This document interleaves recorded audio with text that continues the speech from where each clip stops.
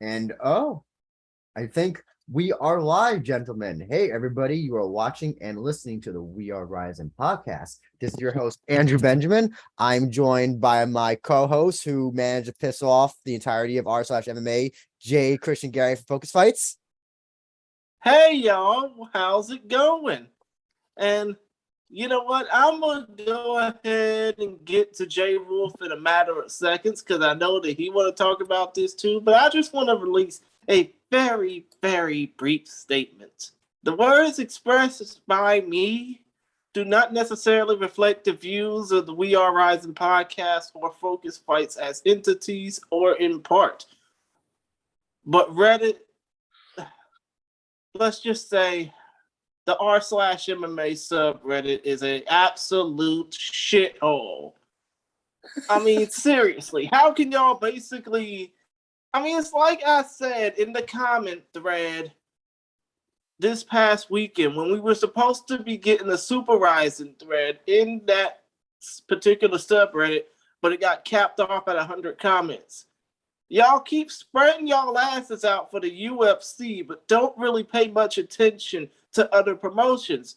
And that's probably why half of these Super Zombies are nothing more but useless piles of shit because they basically don't realize that other promotions in the mixed martial arts world exist outside of the ones that are in an octagon.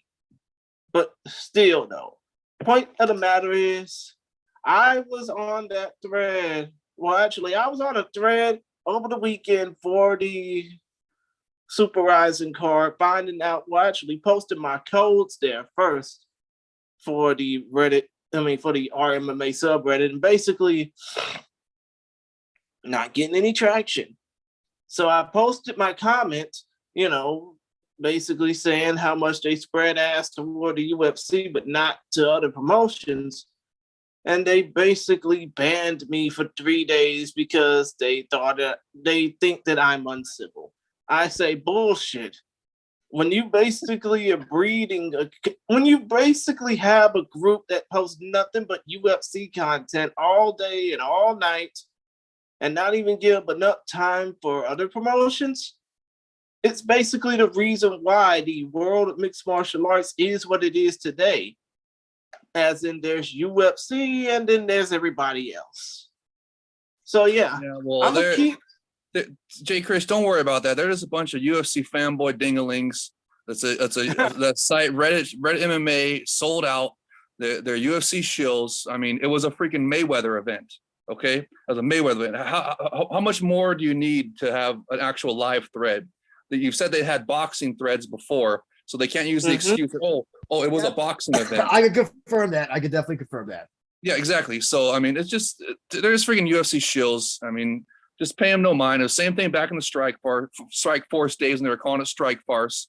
And, it's just, they're just UFC shills. They're up Dingleberry Dana's ass, period. And that's all it is. I mean, they're just, to pay them no mind. And you know what? Thank you guys for having me here for the Super RIZIN and Epic RIZIN 38 show. And, if you guys are in the Epic RIZIN Discord, it's a lot of fun. That's where we hang out, when we're watching the fights and stuff.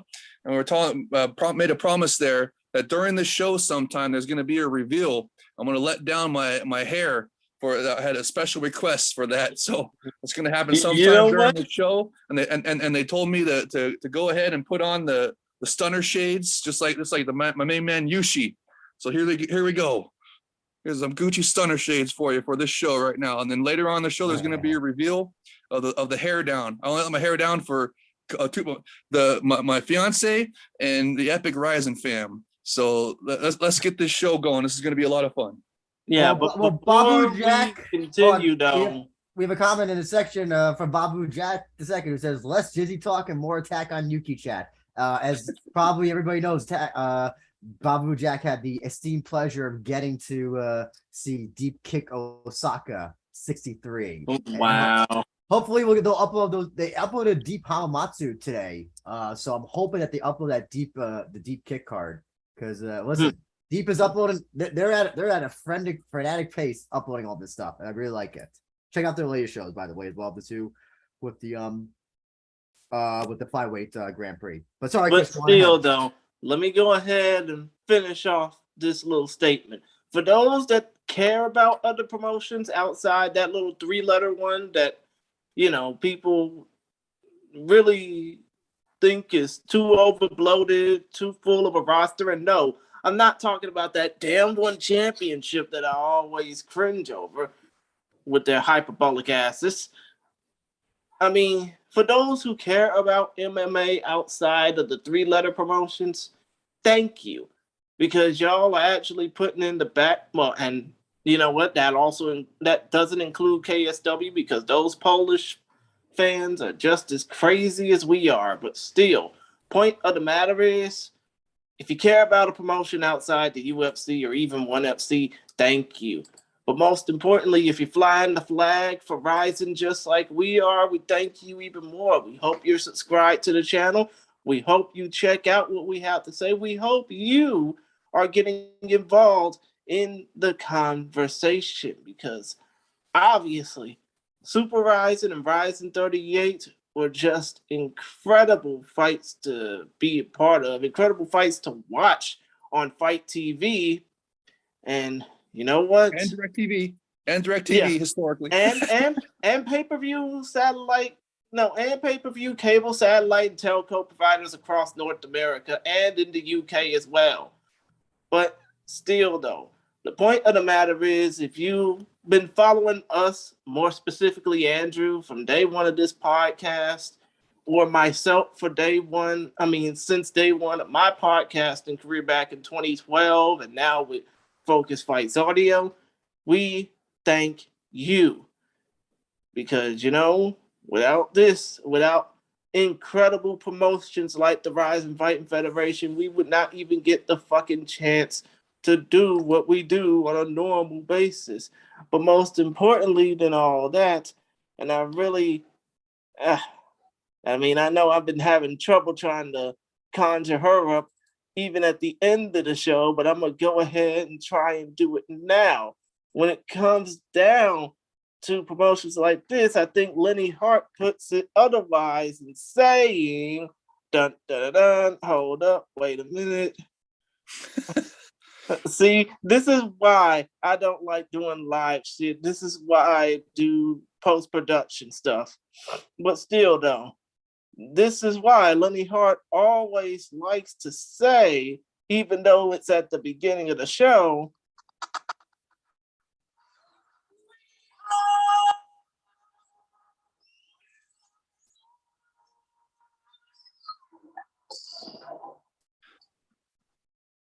and on that note, we can begin talking about the 4-fight festival that was the incredible action known as Super RIZIN. Should we basically dissect the 2 Japan versus Thailand fights first, or the fights that were interesting first? Drew, your mic's not on. Sorry.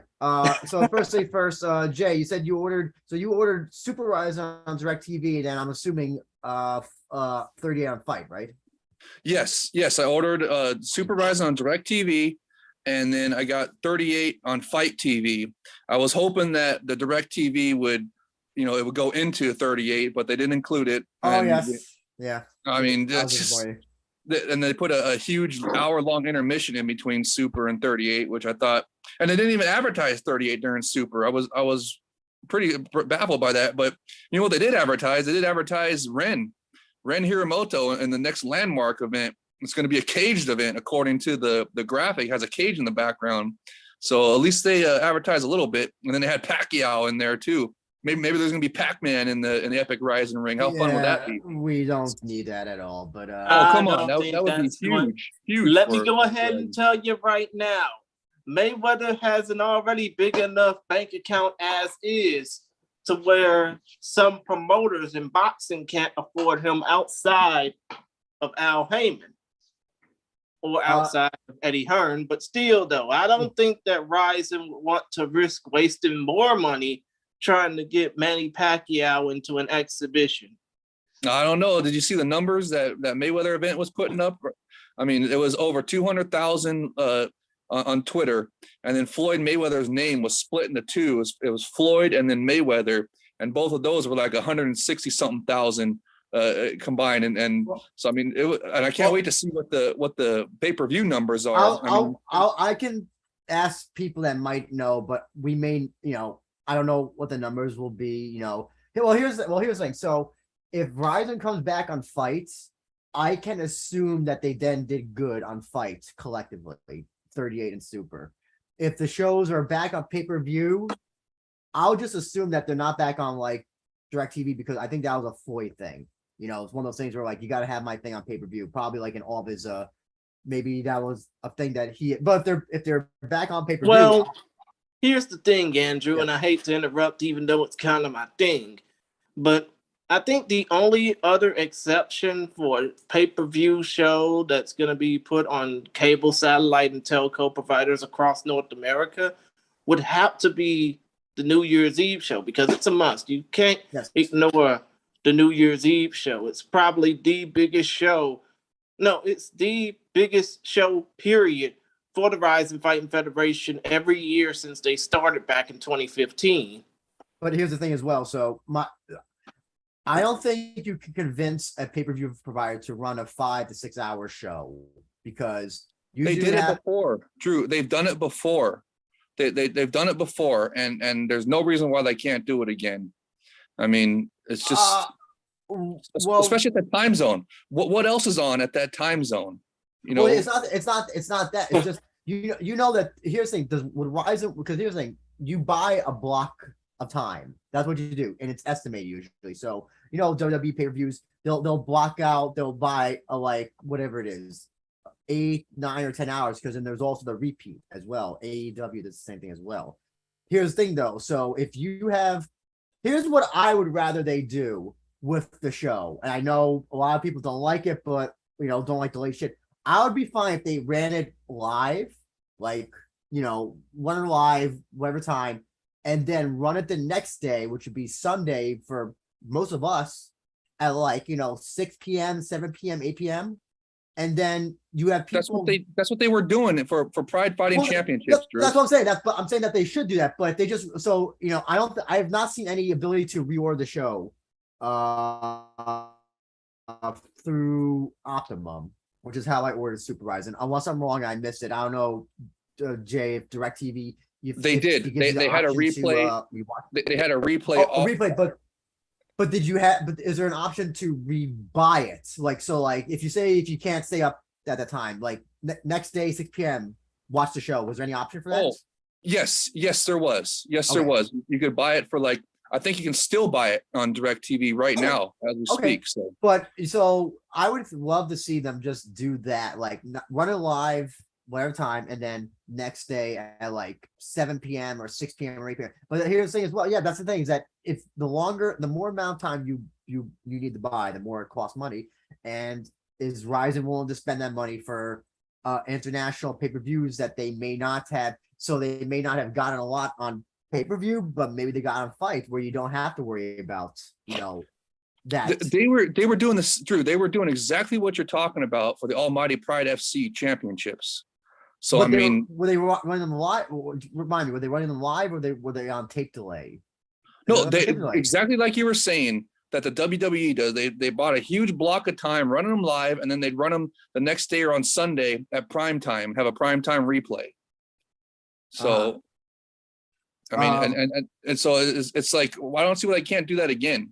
Well, I mean, there's nothing on late at night. It probably is cheaper to buy that time later on at nighttime. For some reason, RIZIN's the reason is doing it. Well, it's actually cheaper now to buy pay-per-view now more than ever, because their cash cow WWE is no longer on paper most providers because of the network or Peacock. So it's actually cheaper to buy it. But sorry, I want to also ask Chris, you bought it on Fight, right? You got enough credits, I think, to see the shows, right? Chris? Oh no. Probably had to go get some snacks or something. Okay.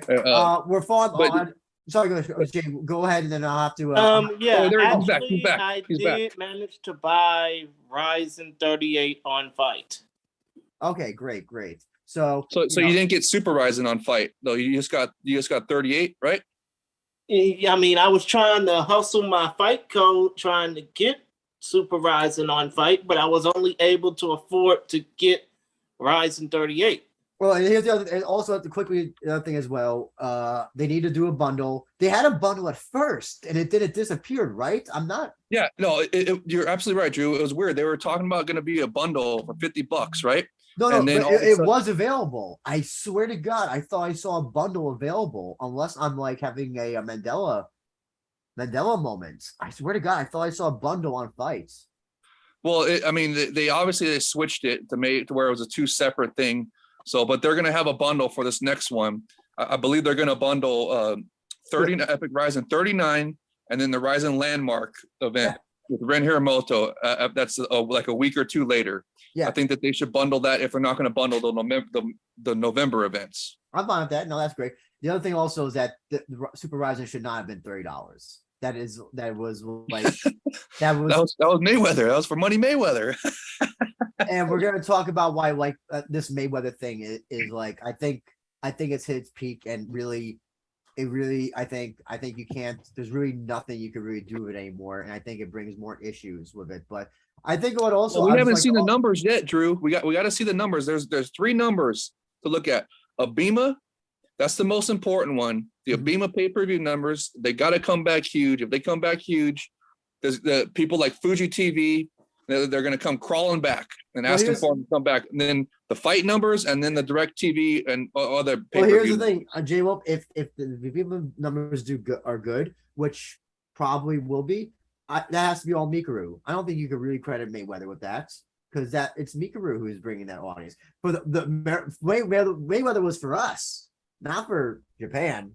Mikuru was for Japan. I don't know. There's a certain international appeal to the matchup with Mayweather for Mikuru as well for international draw. I think with the fans. I don't think as much as there was with tension. By the way, Jacob Ayers, I know you're asking a lot of questions. We'll get them in a second.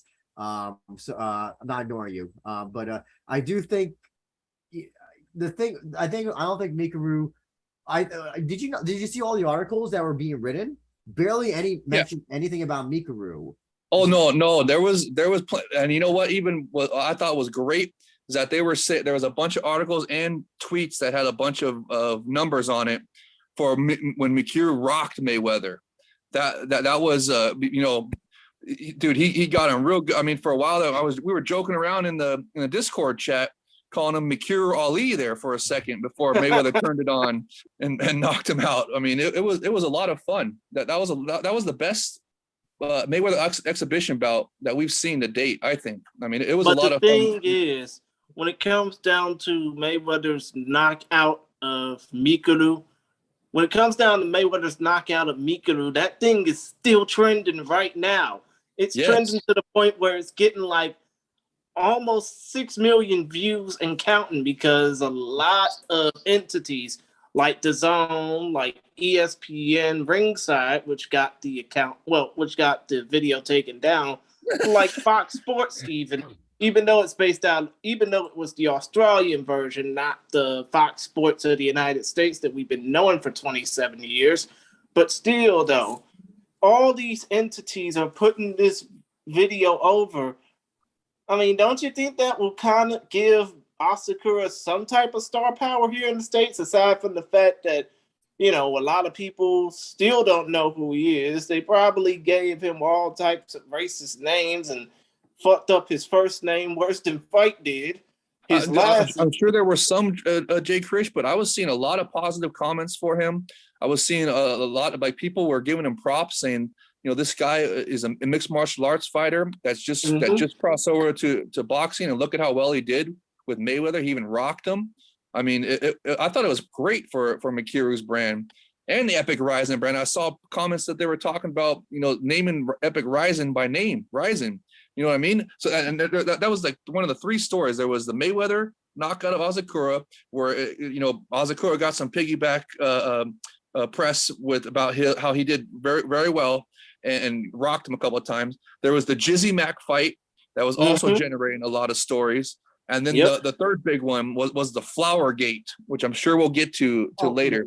But Those here's are the three thing, big Jay. stories I saw from this event. This is the last statement I'm going to say. I'm going to quote Eric July, aka Ripa from YouTube. He says, "You can't eat retweets." So in the end, it doesn't matter if this thing got over 6 million views. It doesn't matter if if none of the likes and retweets matter in the end. So in the end, if this did not buy, if it wasn't bought, if people didn't shell out money, it doesn't matter in the end. Yeah, well, I can't wait to see what that people did, because I mean the lady at DirecTV on the phone told me I was not the only one that had bought this. I specifically asked. I don't doubt that, but because here's the thing: I would at least be willing to put that maybe Super RIZIN did much better than RIZIN 38 at least. I think maybe like overall in terms of how many were bought. I think there are obviously people who bought both, but then if some of them chose to buy one or the other, I really do believe I think that Super RIZIN was probably one that was bought. Oh yeah, for sure. And I just can't wait to see the pay-per-view numbers. I know the Beema numbers are going to be massive, and I just can't wait to see the international buy numbers as well. Jacob Ayers, who's been asking, mentioned a lot of stuff in the chat. I'm very sorry to get back to you. He asked about Flowergate. We'll definitely be talking about that. Let's not forget this company has its lineage of pro wrestling, so not uncommon for some works. That's true. No cages. I mean, a lot of people were basically commenting on the fact that this stuff, the entire Mayweather Asakura thing, was very pure wrestle-esque. It was, but it isn't, and I can explain why later. Yeah, so don't tell me they were trying to say that it was fixed or that all that bullshit game. I saw that getting shut down right away this time. It wasn't. It would make no sense. Exactly. Continue on Jacob. He says no cages. Slap my head. He says we need also Big Show versus Mayweather 2 in RIZIN. That that is okay. We can go ahead with that with their rematch of WrestleMania. Jacob, he has a question for you. He wants to know, did you see Houston legend Johnny Dang walk out of Floyd? I didn't see him walk out with Floyd, but considering that let's face it, in my neck of the woods, Johnny Dang is an urban legend. He's basically the same one that makes custom mouthpieces, custom diamond and crested mouthpieces, mind you, that cost more than people's houses for rappers and athletes all over the world, especially in my neck of the woods. So when it comes down to Johnny Dang, I did not see him walk out with him, but I did see a video with him giving him, I don't know if it was a multi-million-dollar chain or a watch. All I know, it was something diamond encrusted, and TV Johnny, as we call him here in Houston, gave it to him. Interesting. I don't know who this gentleman is, but sounds like let's just say he's bigger than Jacob the Jeweler was at his peak in like the early 2000s.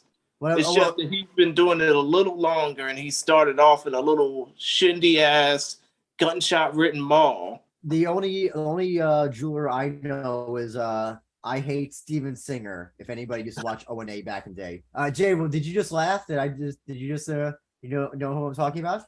No. Oh, I thought I heard you laugh. Okay. And last two comments from Jacob. He says that Mikuru looked better than Tenshin did fighting Floyd. Absolutely true. We'll talk about that. And he says this is fighting words. He says the Fight TV commentators are jobbers. I disagree with that. Oh my God. No. Let's stop that bullshit right there. Damian Beatdown Brown is a world-class competitor. Obviously, former UFC fighter, soon to be a returning RIZIN veteran, by the way. And Showdown Joe Ferraro, I mean, we talked to him before, Andrew. He basically loves this shit as if it was his second job, if it didn't require him doing mortgage. Yeah, listen, Damian Brown pointing out a lot of great things during the card, particularly when Hamazaki's arm got broken. He mentioned that, and then we found out after the fact, yes, it was broken. Then he predicted that, or not predicted, but he said that Kyoji should go for the arm triangle choke on Kintaro, which he did. No, Damian Brown is a great commentator. The only thing is, Joe Ferraro I think is great. as well. I think he's great as well. Listen, Rizin's had some shitty commentators in the past, and these two are probably the best. The only thing is they need to bring them to Japan because I hate Yeah. Bring them to the commentary. arena. Yes, it doesn't make any sense for remote commentary because when they're commenting on something, it's like a minute. It's not a minute, but like it whatever actually. It's seconds behind, so yeah, to speak, because it's seconds behind because you got Ferraro in Toronto, well, Oakville, Ontario, Canada, a suburb of Toronto, and you got Damian Brown all the way out in Melbourne, Victoria, Australia, and you can't really have this continue. I mean, it's 2022 now. You know, Japan is now open back up to non-visa travel. What's the point of not bringing both of these men in, you know, from Toronto, from Melbourne, you know, to commentate in Japan and meet in the middle? They'll probably do that next month because those restrictions you're talking about end on October 11th. So I expect them to be there for the October 23rd. Is it 23rd or 27th for Epic Rising 39? You guys remember? I think it's the 23rd. And so I expect them to be there for that one because that's after the 11th. I expect it to be loaded with international fighters as well, at least a couple. And I mean, more so than what's already been announced. And, you know, then to disagree, I want to disagree with the, who was the commentator that you were right out there, Drew? Jacob. Yeah, he said something about no cage. No, sorry, sir. There has got to be a cage. I love the cage series. The superior rule set in the cage produces some of the most violent, awesome, just sensational action that we've ever seen. Look at the Epic Rising Trigger First event. Look, one championship owes its entire existence to the superior rule set in a cage. There were, for a time there, they allowed soccer kicks and slams and along with grounded knees in the cage. And that's what blew them up to what they are now. And so I mean, the superior rule set in the cage action is just it's a must. I'm so glad that they're doing that for Landmark and they're keeping a series. They're not doing away with the ring. They're gonna have the ring for the numbered events. Epic Rising 39 is gonna be in a ring, but the Landmark series is taking over for Trigger and gonna be in a cage, according to the graphic that Ren Hiramoto that was tweeted out when Ren Hiramoto got in the ring at Super Rising and Rising 38. Exactly. The Landmark coming back. And by the way, FBG Cuzzo, I seen those comments about you saying that I look like a chipmunk with my big ass head, even though I'm only 5'3". Maybe I should headbutt your fucking chest in and have you spewing out blood. Anyway, but yeah, I agree, Jay Wolf. Rising in a cage sounds beautiful. Yes. But, always got to have that series. Let's I think we should just move on to Super Rising at this point because go ahead. Yeah, go ahead. Floyd Mayweather, Mikuru. The first question I have to ask is, so Jay, was this fight clearly a work? I think this fight was clearly a fix. They told Mikuru, listen, you need to go down at the end of the second round, and you need to look glassy-eyed. What do you think about this pro wrestling match? No, it was not a fix. It was not a pro wrestling match. It was 100% real. I mean, the shot that knocked down Mikuru was a Floyd Mayweather shot that you could tell. I mean, this was after he got rocked, so he got serious, and that's when he threw that punch, and you could see it landed right here behind the ear on Mikuru, and you could see instantly it messed up his equilibrium, and he couldn't recover in time. That was a clear TKO in boxing. I mean, if you can't get up after the 10 count, it's over. And Mayweather got him fair and square with a big behind the ear equilibrium shot that put him down and out. I mean, that was, there's no pro wrestling conspiracy or fixing or anything like that. That's ridiculous. That's even worse. You know what? That was getting shut down right away on the internet, even from the boxing fans. I saw the boxing fans were pointing it out, going, "Hey, that was a Mayweather punch, big Mayweather punch right behind the ear, and that totally screwed up his equilibrium. That was totally legit." And I even saw them, the UFC fanboy dingaling shills online trying to put out a video that would take out the frame of where the shot hit you know, when a shot landed and hit him behind the ear. They tried to put out a video where it looked like the punch went behind the ear and didn't even hit him. You saw that? Yeah. So I was into Floyd Mayweather's post-fight comments, and he said that he doesn't think that shot did it. He said that he hit him before, like with a 2-3 combo, and that's maybe what rocked him. And then, you know, this was the one that just kind of like. Well, that could very well be true. That could definitely very well be true. I mean, but it was definitely not a work. I mean, the people that try to say that are just UFC shills, and it's just, you know, they're getting shut down, and they look stupid trying to act like it was a fix. So, I mean, it's just it's really pleasing to see, actually, that even the boxing fans, that shows that there was a crossover appeal. I just love it, and I've seen that they were sticking up for Mikuru, saying he did really well for a mixed martial arts guy that just crossed over to boxing against one of the best boxers ever. And dude, it was a lot of fun. I think that was the best exhibition that we've seen yet. It was a lot of fun. Hey, Joe Jay, what do you think of this? Did this exhibition deliver or over deliver on your expectations? Me or Jay Krish? Oh, I'm sorry, I keep on forgetting that. Sorry, Jay Krish. Okay. I mean, to be honest, I thought that the exhibition was everything that, I mean, obviously the main event exhibition was everything that a lot of people clearly asked for when it comes down to a fight. I mean, even Mikuru got in a few shots. You know, he basically proved that he wasn't going to be no pushover. And he basically shown that, hey, you know, you ain't the only side of this. The B side got something to say too. But still, though, when it came down to the entertainment of that, it was fun. It was definitely more than the 2 rounds and change it ended up getting. But still, though, we got to talk about Flowergate. And I know you got that graphic behind you. I love it. Did you think it's the greatest thing ever? Did you think that the politician that dropped the flowers at Mayweather's feet did too much?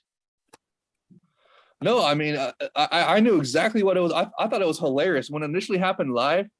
I was laughing, we were having a good time about it in the Discord chat. I mean, I guess I should have tweeted publicly about it, but we thought it was hilarious, and we knew exactly what it was for. It was because Floyd Mayweather was being disrespectful, showing up to the pressers late, showing up to the weigh-in stuff late, and even showing up to the fight late that same night. I mean, when they were doing the opening ceremony, he didn't show up. Just like RIZIN 14, he did not show up for the opening ceremony. Yeah, he was freaking. They showed him. He was in his car, still driving to the arena. So I mean, it was like Floyd Mayweather was being disrespectful first, right? So I mean, Floyd Mayweather was disrespectful first. Shout out to Jack Wannon for putting that image out there. Of, you know, I think it was, you know, Super RIZIN said, "Hey, coming out to the stage, Floyd Mayweather." And then Floyd Mayweather is in his car using GPS. Well, did you see they first they did the whole, you know how like in old WWF shows when they would have like somebody like in the car, when there would be like a segment in the car. Like you remember Chris, you probably remember Where To, Stephanie. Remember that? Yes. Yes. And so they, I mean, but if anything, I think they were trying to do like what Ric Flair did at Starrcade 93 with him leaving home and going straight to the arena. Yeah. So let me put some more context behind this whole thing. So what was I gonna say? Oops, I'm off camera. Okay, there we go. So I know, Jacob, you think it's a work, but it's not, and I'm gonna explain why. The shit that this guy has caused, he caused Sakakibara to apologize later in the show. It caused many Japanese people to be very upset about it as well. This is one of those things where, like, if it's a work and it's found, listen, RIZIN is, Jay, don't interrupt me and be like, you know, all this stuff about bad stuff about RIZIN, but just listen to me for a second. RIZIN's had a lot of bad press lately, or has been involved in a lot of bad stuff lately. This being found out to be a work would probably, this can do a lot more damage to Ryzen, like bad, to find out that they told a guy to, because this is just one of those Japanese cultural things that just you don't do. You accept you give the flowers, you do whatever. This guy should have done it. He didn't. It was still hilarious to us, but if you even listen to the audience, they kind of just like don't know how to react. They kind of just like they're kind of like a little bit confused. I think some of them thought it was a work as well, but it really is no. If it's found out to be a work, this can really like. Also, like why? Why there's other things to do that would be a work. You think that Conman Takeda's idea? I don't think so. There's a lot better things to make it work, and a lot less things that would piss people off. Because if it's found out this pissed off a lot of people, in the audience. Ensign in a way was very upset about it. Listen to the Yamato Damashi podcast with him and Jim Ozeki. So here's the other thing as well they talked about on that podcast. Apparently they had the after party for Floyd Mayweather. Apparently Floyd was very upset about it and did not go to the after party, and neither did Sakaki Bara. So oh wow, Floyd Mayweather not going to an after party, color me shocked. But then again, I can understand I can understand the coincidence on why, because that dude basically, that politician basically threw the flowers at his feet as if he was a common peasant. But here's the thing. I loved it. I love it too, because also here's the thing, because this is what I'm going to say is about, I think Floyd bring too much trouble into Ryzen. It's clear that he does not respect the organization. He does not respect the people that work there. It's clear he does not respect the fighters there. He didn't even say Mikuru's name in his post-fight thing as well. And I don't even think he mentioned Mikuru at all. He just in didn't this entire run-up. That's part of Mayweather's shtick, you guys. That's part of his gimmick. Not a shtick, though. It's not a shtick, though. I don't. It is. He's always. That's how he's gotten so many pay-per-view buys, because he makes people hate him to where they want to see him get beat down. That's how he generates a lot of. He plays a heel perfectly. No, because I think the gimmick has run its course, and I don't think. As when he was undefeated boxer, and all that made sense as a guy you wanted to see get punched, but he knew the pro wrestling. He would also put over his opponents as well. He wouldn't, Ricky Hatton, he put over. I remember the fight speech. He was talking about Epic Ryzen and Sakaki Bara-san. Oh yeah, because that's the guy who's paying him. He'll respect the guy who. Well, hey, I'm glad he's putting over the Epic Ryzen brand. But it's clear that. But I think he respects Sakaki Bara as a businessman, but not the organization. I think he clearly sees this as this is his. Whenever he needs to pay off a mortgage or whatever you call it, when he has to basically pay off his daughter's bail money. Exactly. Yeah. So.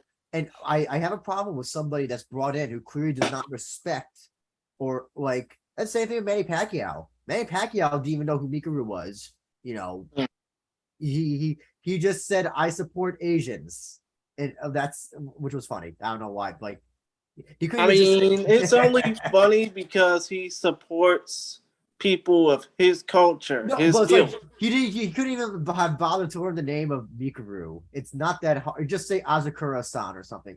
I think that Jim Ozeki and Ensign Inoue had a great point, is that this money that they're spending on Mayweather, you can bring a much more well-known MMA name at this point, like a Nate Diaz, Eddie Alvarez. That I agree with. Aspen Lad. Yes, please bring her in. But you can bring all those good fighters in, and it still wouldn't amount to the type of impact that Mayweather had. He had Naomi Osaka sit at ringside for him. He had, I think a rapper from Toronto come out for him. Yeah, I'll give that. They didn't have Naomi Osaka. And Jacob Ayers has a good point. He says every good boxer has a mouth of a pro wrestler, since Muhammad Ali was inspired by Gorgeous George. And that's true. But here's the thing now that Muhammad Ali would put over his opponents. You know, he would do the trash talking beforehand, and then he would put over his opponents after. Well, Mayweather was putting over Mikuru a little bit, wasn't he? He didn't I can't take him seriously if he doesn't even say his fucking name. Like if he can't even bother to learn his name, then he clearly that means he doesn't respect him. And also as well, you know, apparently he didn't train for the fight. Apparently he was partying the night before. He said he only got like 3 hours of sleep because he was like partying for so long in Tokyo or whatever. Here's Anna. Anna, who is Japanese. This is what she says about the thing. She says, it is very sad if Mayweather felt unwelcome in Japan, although it's totally the other way around. This incident didn't reflect Japanese audience at all. This was the only bad action of one single guy. So that's the thing, is that even though Mayweather is an asshole to us, that's what it is, Drew. The Japanese people think it looks bad on them to have this one guy disrespect Floyd like that. But I mean, to Anna and all the Japanese people, don't feel bad. It's fine. I mean, we thought it was hilarious. Okay, oh, yeah. I think but what we Mayweather. I loved it. I was like, yeah, fuck your flowers, Mayweather, showing up late. But yeah, Jay, what we would see as, you know, ha ha he he funny, you know, the Japanese, and by extensions as well, you know, the Hawaiians, you know, they wouldn't put lays around people's necks and have people just toss them off and throw it back at them like they were dishonorable. You know, you would not have that type of situation. I mean, let's just face it. You wouldn't have, in my culture, you wouldn't have people jump over the broom and then smack you in the head with it. That's just disrespectful. Yeah, I guess it's an honor thing, but I thought it was great. Yeah, I loved it. I mean, he threw the flowers down like Mayweather, like pick him up off the ground, late ass motherfucker. Freaking disrespectful Mayweather, and I thought it was great. I mean, I don't want the Japanese people to be like thinking that looks bad on them, you know, especially Anna. Don't worry about it. We know that it's not the representative of the entire Japan. I mean, they were giving flowers out to the other fighters. Fine, we know that it was totally just against Mayweather.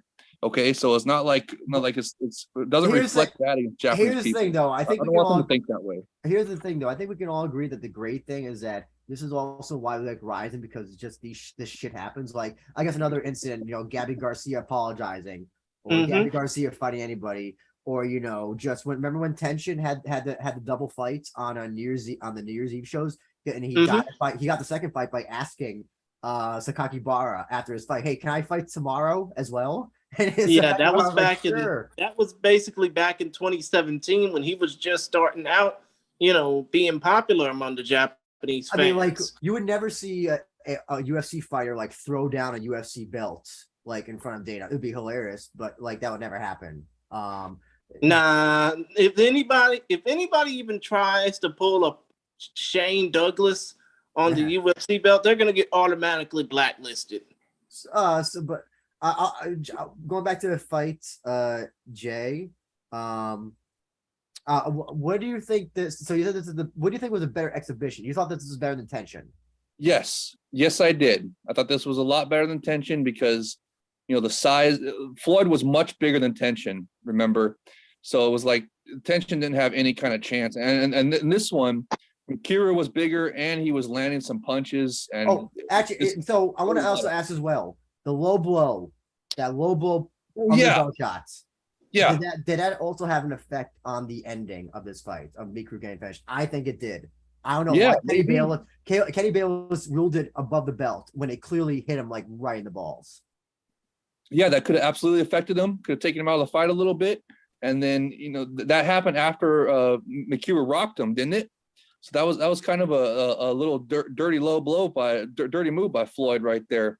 Because he was like, hey, he didn't like being rocked. I thought that was hilarious that he got rocked, not that he threw a low blow. I thought that was. I think this proved that here's the thing: the people who win fights are brawlers usually. This is why Mark Hunt wins. This is why like so many people, like, you know, that brawling takes people the technical skill out, and I think, you know, that's why Mikuru was more successful in this exhibition than so many other people have been against Floyd Mayweather, even in pro. Because listen, how do you when a guy just throwing wild at you, the only thing you can do is just like back away, you know. So I think the brawling that was great by Mikuru. It was an excellent game plan for him to go through it. Yeah, I love that. He went right after Mayweather from the opening bell, forced Mayweather to fight. And you know, once he landed those couple great shots and rocked Mayweather a little bit, that's when Mayweather was like, okay, it's time to get serious now. This guy is coming to take my head off. And that's when Mayweather just turned it on and finished him, of course. But after the low blow, though, that I'm glad you brought that up. That was dirty from Mayweather. I mean, he probably was butthurt that he got rocked. He's like, hey, who's this mixed martial arts guy rocking me like that? I'm gonna hit him in the balls for that one. DG in the chat says it's just a money hustle for late weather, and hilarious someone threw a shot at him for beating him. So I'll also ask this as well. I'll ask both of you this. So Mayweather sounded like he's gonna be doing something again in Japan, or at least RIZIN. Yes. Do you do it again, J Wolf? Yes or no? Oh, absolutely. Yes. Yes. Same with Pacquiao. Yes. I mean, they're not giving him that huge of a bag, you know, and plus if he's getting bringing some pay-per-view revenue to him, I mean, is all this trouble worth it? Is all this trouble worth it? Is it really worth it in the end? Who benefits? RIZIN brand benefits. Mikuru benefits. Mikuru is his stock is shot way up because, I mean, the gifts and the clips of him rocking Mayweather and having you can't eat clips you can't eat clips. You can't eat that. That gains influence and people are gonna know who Mikuru Asakura is now as the fighter that had a good exhibition with Mayweather, and they're gonna know from the next time that he fights mixed martial arts. They're like, oh, that's the guy that fought Mayweather. Yeah. You know, I mean, I'm telling you guys, it's a positive. I just can't wait to see the pay-per-view numbers for Abima. That's the ones that really matter, obviously. But I can't wait to see the international pay-per-view numbers as well. If they're even remotely close to anything, I mean, just make sure next time when you have a Mayweather bout on, you put more superior rule set bouts on the freaking card, not just one. I want at least 3. Okay, at least freaking 3. You can have JIZZY Mac do the co-main again. But just the undercard is at least have 3 superior rule set bouts. So that way the casual audience that's tuning in to see Mayweather is going to be able to see some actual superior rule set awesomeness of the Epic RIZIN Fighting Federation that we love so much. Indeed. And by the way, I'm looking at the comments myself, Andrew. Mm-hmm. Jacob Ayers is saying Mark Hunt wins unless Brock is pissing hot. Ain't that the truth? But still, Jacob Ayers is saying, to be honest, Floyd better be more careful because if he is not, someone's going to knock him out while he's fucking around, messing around in Jacob's case. And our friend Anna, who, by the way, shout outs to her because she got her, I think she got a big victory in the 99-pound weight class over the weekend. You know, congrats to her for her amateur accomplishment. But still, Anna said, me, as a Japanese person living in Indonesia, I was proud of the fact that Mayweather came to Japan and did his exhibition. To be honest, no Indonesian fight promoter can afford this at this point. And of course, Jacob Ayer said, JIZZY Mac and a Pride rule setup. I mean, I'm going to go ahead and say this now for JIZZY Mac. I don't think that he should be facing off against Kyoji in a rematch. I think the next suitable opponent for him would be Shimatov, but not Vitaly Shimatov, his brother, Sergey. Chris, before quickly, just terse if you can, please. Do you bring Mayweather back? And if you so, what do you do? Do you do him versus Pacquiao? God forbid. Do you do him versus Kyoji? Kyoji called out Mayweather. Like, do you bring back Mayweather in the first place? And if you do, what do you do with him? I mean, to be honest, there's not a snowball's chance in hell you're gonna have Mayweather Pacquiao 2 on any platform. Not even for RIZIN. And that's going to cost them way too much and it's going to drop them into the red. But what do I know? I'm not no financial expert. I don't know if you'll do Mayweather versus Kyoji because it's just like Mayweather versus Nasukawa. You're going to have, Kyoji go up and wait again, like how he did for this fight against JIZZY Mac, even though unlike JIZZY Mac, that's a huge step up in competition, even for hovering around your own weight class. So I don't think we're going to see Mayweather versus Kyoji. RIZIN might think otherwise. But if you can generate this type of buzz, if you can generate this type of excitement, I think you do get Floyd Mayweather back because of the fact that, Floyd Mayweather just generates interest, not just in Japan, not just in the United States or Canada, but all over the world. And I think that's probably what would be best for the RIZIN Fighting Federation. Get that person that can give you international exposure like a Floyd Mayweather. Or, we just said free agents.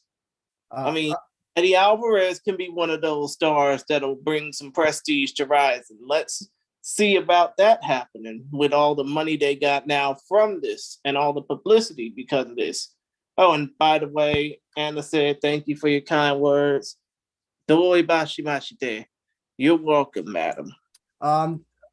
If the numbers come out and they are extremely high, or I guess higher than what they should be, or I think, I'll be happy with my words, but I don't think the trouble is worth it. Okay, Drew, I want to know, just since you brought that up right now, what are the numbers that you think? I want to hear the numbers for what you think would be like. I'm only counting American numbers, by the way. I'm not counting because I think Mikuru is a draw for Japan. Okay, well, give me all the numbers. I want to hear all the numbers. What do you think for Abima? What do you think for DirecTV? And what do you think for Fight? Individually, collectively. Individually. Oh shit. I'll count Fight and pay-per-view members like all together. I think that's no. I want those separate. I want them really? separate. What Really? What do you think for DirecTV? Here's the because don't forget you can only buy Super RIZIN through if you bought Super RIZIN through DirecTV. You may not even know that RIZIN 38 was happening after. I know, dude. Don't even get me started on that. I was. So I don't think it's fair. I think that's why I want 38. I want to collectively account the American number, the international numbers, because I think that's more fair, especially because whatever reason they didn't promote 38 during the show. Why did they not even show a freaking commercial for it? I just don't get that. I mean, that was upsetting to me. So what do you think the numbers are, Drew? What do you think the numbers are? I will say I think the Abima numbers are going to be great. I think, the Japanese numbers, I think they'll definitely be close to maybe I think they're definitely going to be like 300,000, 400,000. I think that's my big bold prediction. I think. What did the match get? What did the match get on Abima? Do you know? That was, I think that was like 500,000, if I remember correctly. I wish we had CJ here because he knows all those numbers like offhand. I'm not good at numbers.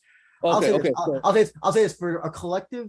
The collective total for Mayweather, for Super RIZIN 38, I will say over 500 buys. I don't think I think collectively 500 buys through Fight, DirecTV, all that stuff. You think you didn't even make a freaking 1,000 buys? You mean 500,000, right? Not no, 500. no. I don't think it did 500,000 buys. I don't think it did. I mean, on Abima, it could have been a 500,000. I guess so. Yeah, but not here, given the time. So you think DirecTV only got 500 buys?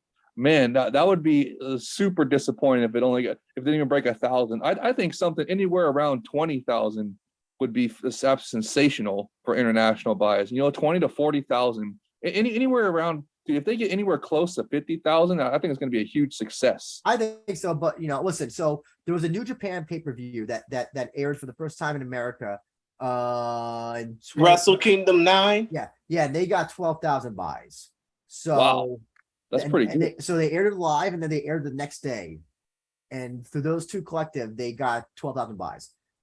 I'm putting Japanese MMA at a lower scale. So I'm saying 500 now.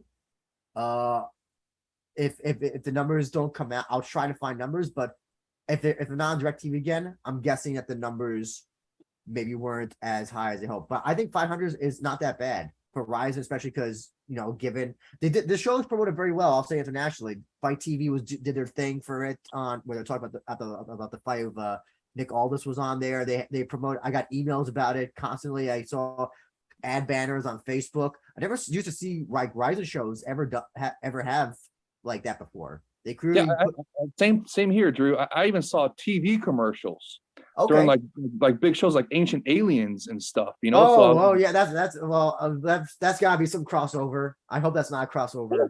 I hope that, you know, maybe it was aliens. Maybe aliens rigged the fights. Rigged the big weather fights. I'm not saying it was aliens, but it was aliens.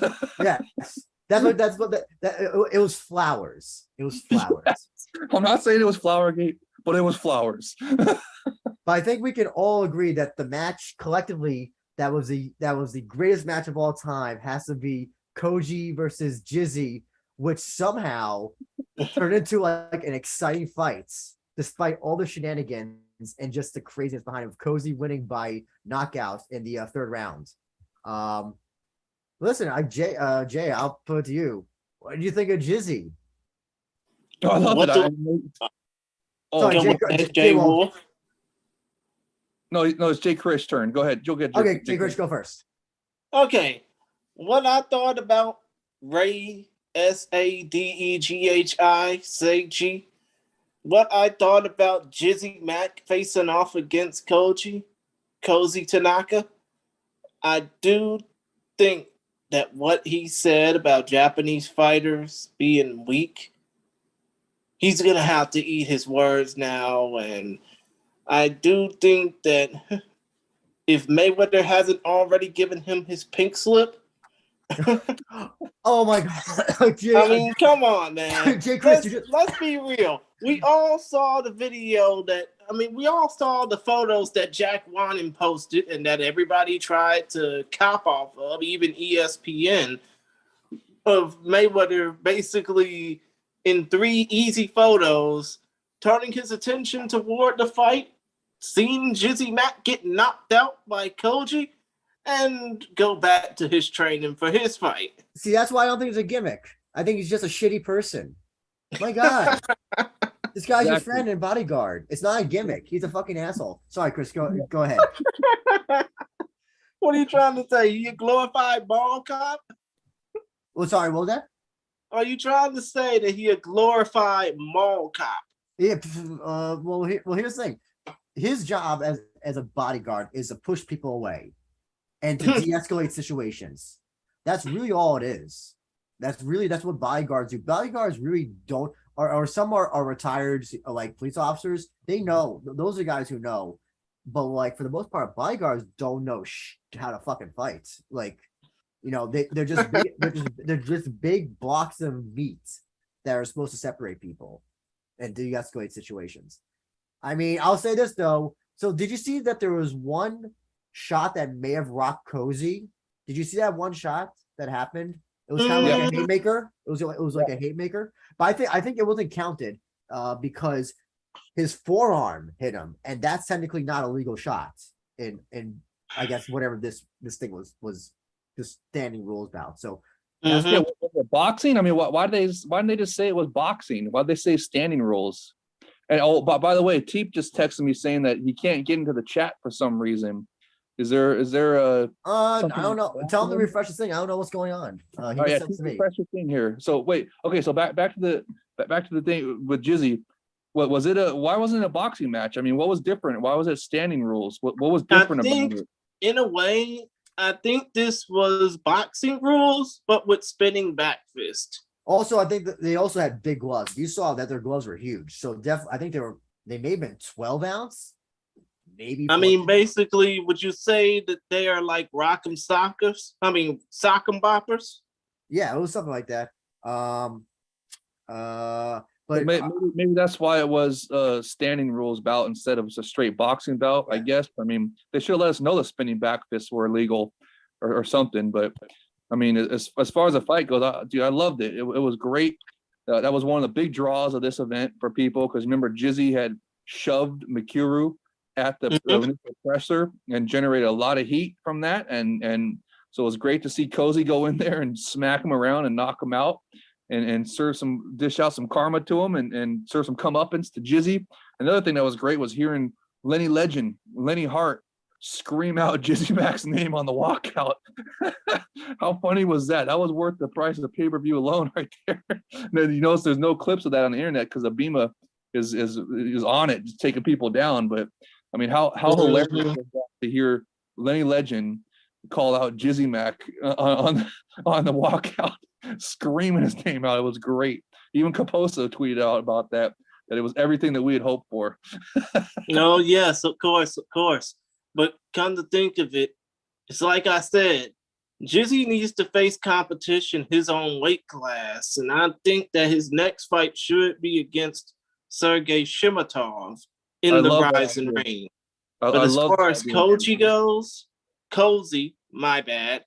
But as far as the smaller guy in the equation, Kyoji goes, I think that his next opponent probably should be, I don't know. I think maybe he should just go into MMA instead of just do kickboxing. It would be cool to see him go into MMA after this and use this as a stepping point. I mean, use this as a, eventual move into MMA.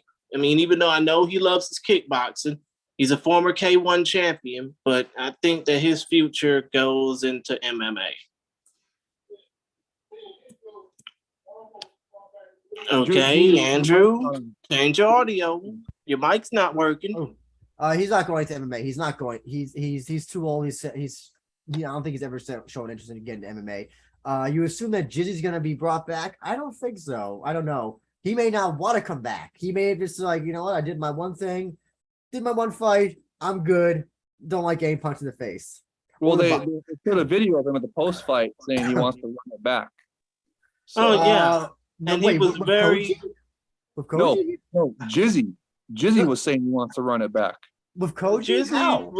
JIZZY Mac was basically saying how blessed and fortunate he was to compete in an arena like the Saitama Super Arena that just has so much history for a promotion like RIZIN. But he was only upset that he did not get a full-blown training camp out of it. He did not get the 8 weeks leading up to this like everybody else do. Listen, JIZZY could have 8 years of training for boxing. He'll still beat Kyoji. Will still beat him up. Listen, this is one of those freak show fight things. If you ever bring back JIZZY, bring him back for a weird, you know what? Just do JIZZY versus Bob Sapp. Like, just do it. I don't you can't. Oh no, you die. I mean, we already seen JIZZY get embarrassed by somebody half his size. Do you really want him to get mauled by somebody that's bigger than him by like 300, by like 150 pounds? So, listen, this was clearly the freak show fight. I did say that RIZIN needed to do a freak show fight. I can't fault them for listening to my advice, which they probably didn't, but nonetheless still did. But it was still, listen, it was definitely a very entertaining fight. It's one of those things that you can't, again, it's a Mayweather thing where you can't just do it all the time because it's just going to lose its luster. And I think, you know what, if they wanted to, if you want to do JIZZY versus Mikuru in a kickboxing match or a boxing match, I'm fine with that. That's fine because you kind of already have a little thing here with when he shoulder blocked him, and you kind of have that. So I would be not opposed to that, but you just don't listen. I don't think you want one of your mainstays to be a guy named JIZZY. It's Come on, why not, Drew? Hey, how about feed him the Tension for Tension's boxing debut? There we go. Tension. Listen, Kyoji's not known for his punchy power. Tension is. So, I don't think I've also no boxing commission would ever approve that. But this as an entertainment, before you keep on talking about entertainment. This was entertaining to me. This was entertaining just because of how it stood out. I thought it was a lot of fun. The crowd was going for crazy for Kyoji. You know, it was great. Yeah. And also the great thing is that, listen, I think in the end, I think, JIZZY's not an asshole like Void. JIZZY, was, he said he gave Kyoji his props. Kyoji gave him his props. You know what? End of feud. You know what? I'll say this. If you had to ask me between JIZZY and Floyd who you bring back, I'd rather bring back JIZZY than Floyd. Honestly. Despite the fact that the name sounds like a complete double entendre. Oh yeah. Jacob says Tension would break his nose on the first punch if JIZZY was in the ring with him. That's very true. And also he says that Bob Sapp would gas out after the first punch. Oh, and by the way, as well, Teep to the Junk in the chat says that RIZIN English Twitter getting the account getting pinged was hilariously inept. I don't know if any of you saw that. Yeah. There were a lot more Japanese comments for the RIZIN English language Twitter account than there were English language comments. Let's be real. So I think that he's talking about the Abima people. Japanese people just enjoyed the show, especially considering the fact that they. Hold on, J. Chris, I think you misheard me. We're talking about Abima getting in the way of the what was it? Getting in the way of the show. No, they did a copyright strike. They did a copyright strike on Epic RIZIN English's Twitter account. Abima right. I think it was after the JIZZY KO lost to Kyoji, right? It was somewhere around there, but it was just hilarious that Abima actually copyright struck RIZIN's own Twitter account. Well, yeah, because this is what happens. Sony once, I think it was for an Uncharted video game trailer, actually copyrighted the trailer themselves. So like they released a trailer, and then an hour later, it got copyrighted by the own company. I think it was Uncharted. Yeah. So this is not uncommon that that Abima is dumb and run by idiots. Well, this is just Japanese companies in general. You saw. Come to think of it, they're ran by old men in their 50s, 60s, and 70s that don't really know a thing about technology from their 20 and 30-year-old offspring. Well, here's the thing as well is that playing around though. They were copyright striking people all night, dude. I was even scared to tweet out a freaking graphic of the card. If it's not from an official account. And you gotta just quote tweet the official accounts. You can't post your own stuff anymore because they'll copyright strike you. Those Abima people are ruthless. Well, that's the thing is that this will also kill any international interest in their audiences because we consume now with GIFs. We consume now with whatever. This is how we do it. And if this continues, if this is the only thing that's going to suck about Bima's going to do this going forward, and it's gonna hurt RIZIN. It really is. Remember that guy Kyle Johnson, I think who used to post all the GIFs all the time, doesn't post GIFs anymore because I think the same thing happened to him. He got threatened with a copyright strike and he just decided, you know what, not worth it anymore. Cerebral Vigilante, remember he posted a poster of a RIZIN show and got copyright strict because of that. So they're going to have to figure out a way how to work around this because this will only affect them. So yeah, they need to be more lenient with it. They need to not be so I don't know what's a word that just overkill with it. You know what I mean? Just copyright strike and even freaking pictures and stuff. It's like I think DG has the best match possible for JIZZY. JIZZY versus Kobayashi in a blindfold spin the wheel eating contest. Kobayashi, the hot dog eating Nathan's hot dog contest winner, I think consecutively for like a decade. Listen, I think he won like 5 years out of a decade, but why Takeru Kobayashi? Do you really want to gross your viewers out? Also, Jake Ayers, as far as the Abima thing goes, said, to be honest, I heard from Mark Pickering that the people of the wrestling part of Cyber Agent hate this shit and want it gone. Well, that's dumb, and I know that Stuart Fulton came out of his comments. We like Stuart Fulton, but I disagree. This is not piracy and gifting are two different things. it's entirely, it's hard to explain, but I can't, fuck, I don't know how to explain it because it's two different things. It's not, you're putting out a portion of something. It's sampling. It's basically sampling like what singers do for song. Like Ice Ice Baby was a sampling of the David Bowie's, or I think it was a sampling of the David Bowie song. Yeah, it was a sampling of David Bowie and Queen's Pressure. Yeah. Oh, the pressure. That's it. Thank you. This has been history throughout. This has been going out throughout history, and this is how you make new fans. They see something cool, or your friends say, "Hey, did you see this?" And then they show them, and then they come back and see the next one.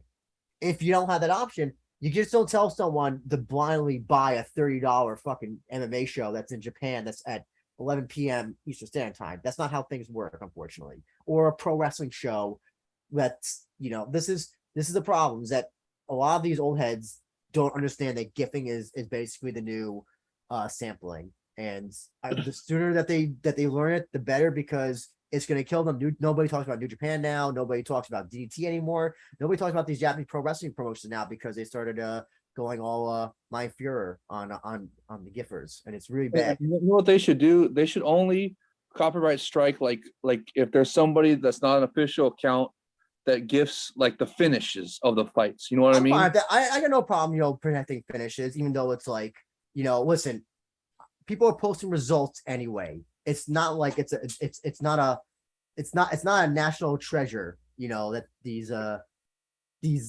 finishes. But I get that.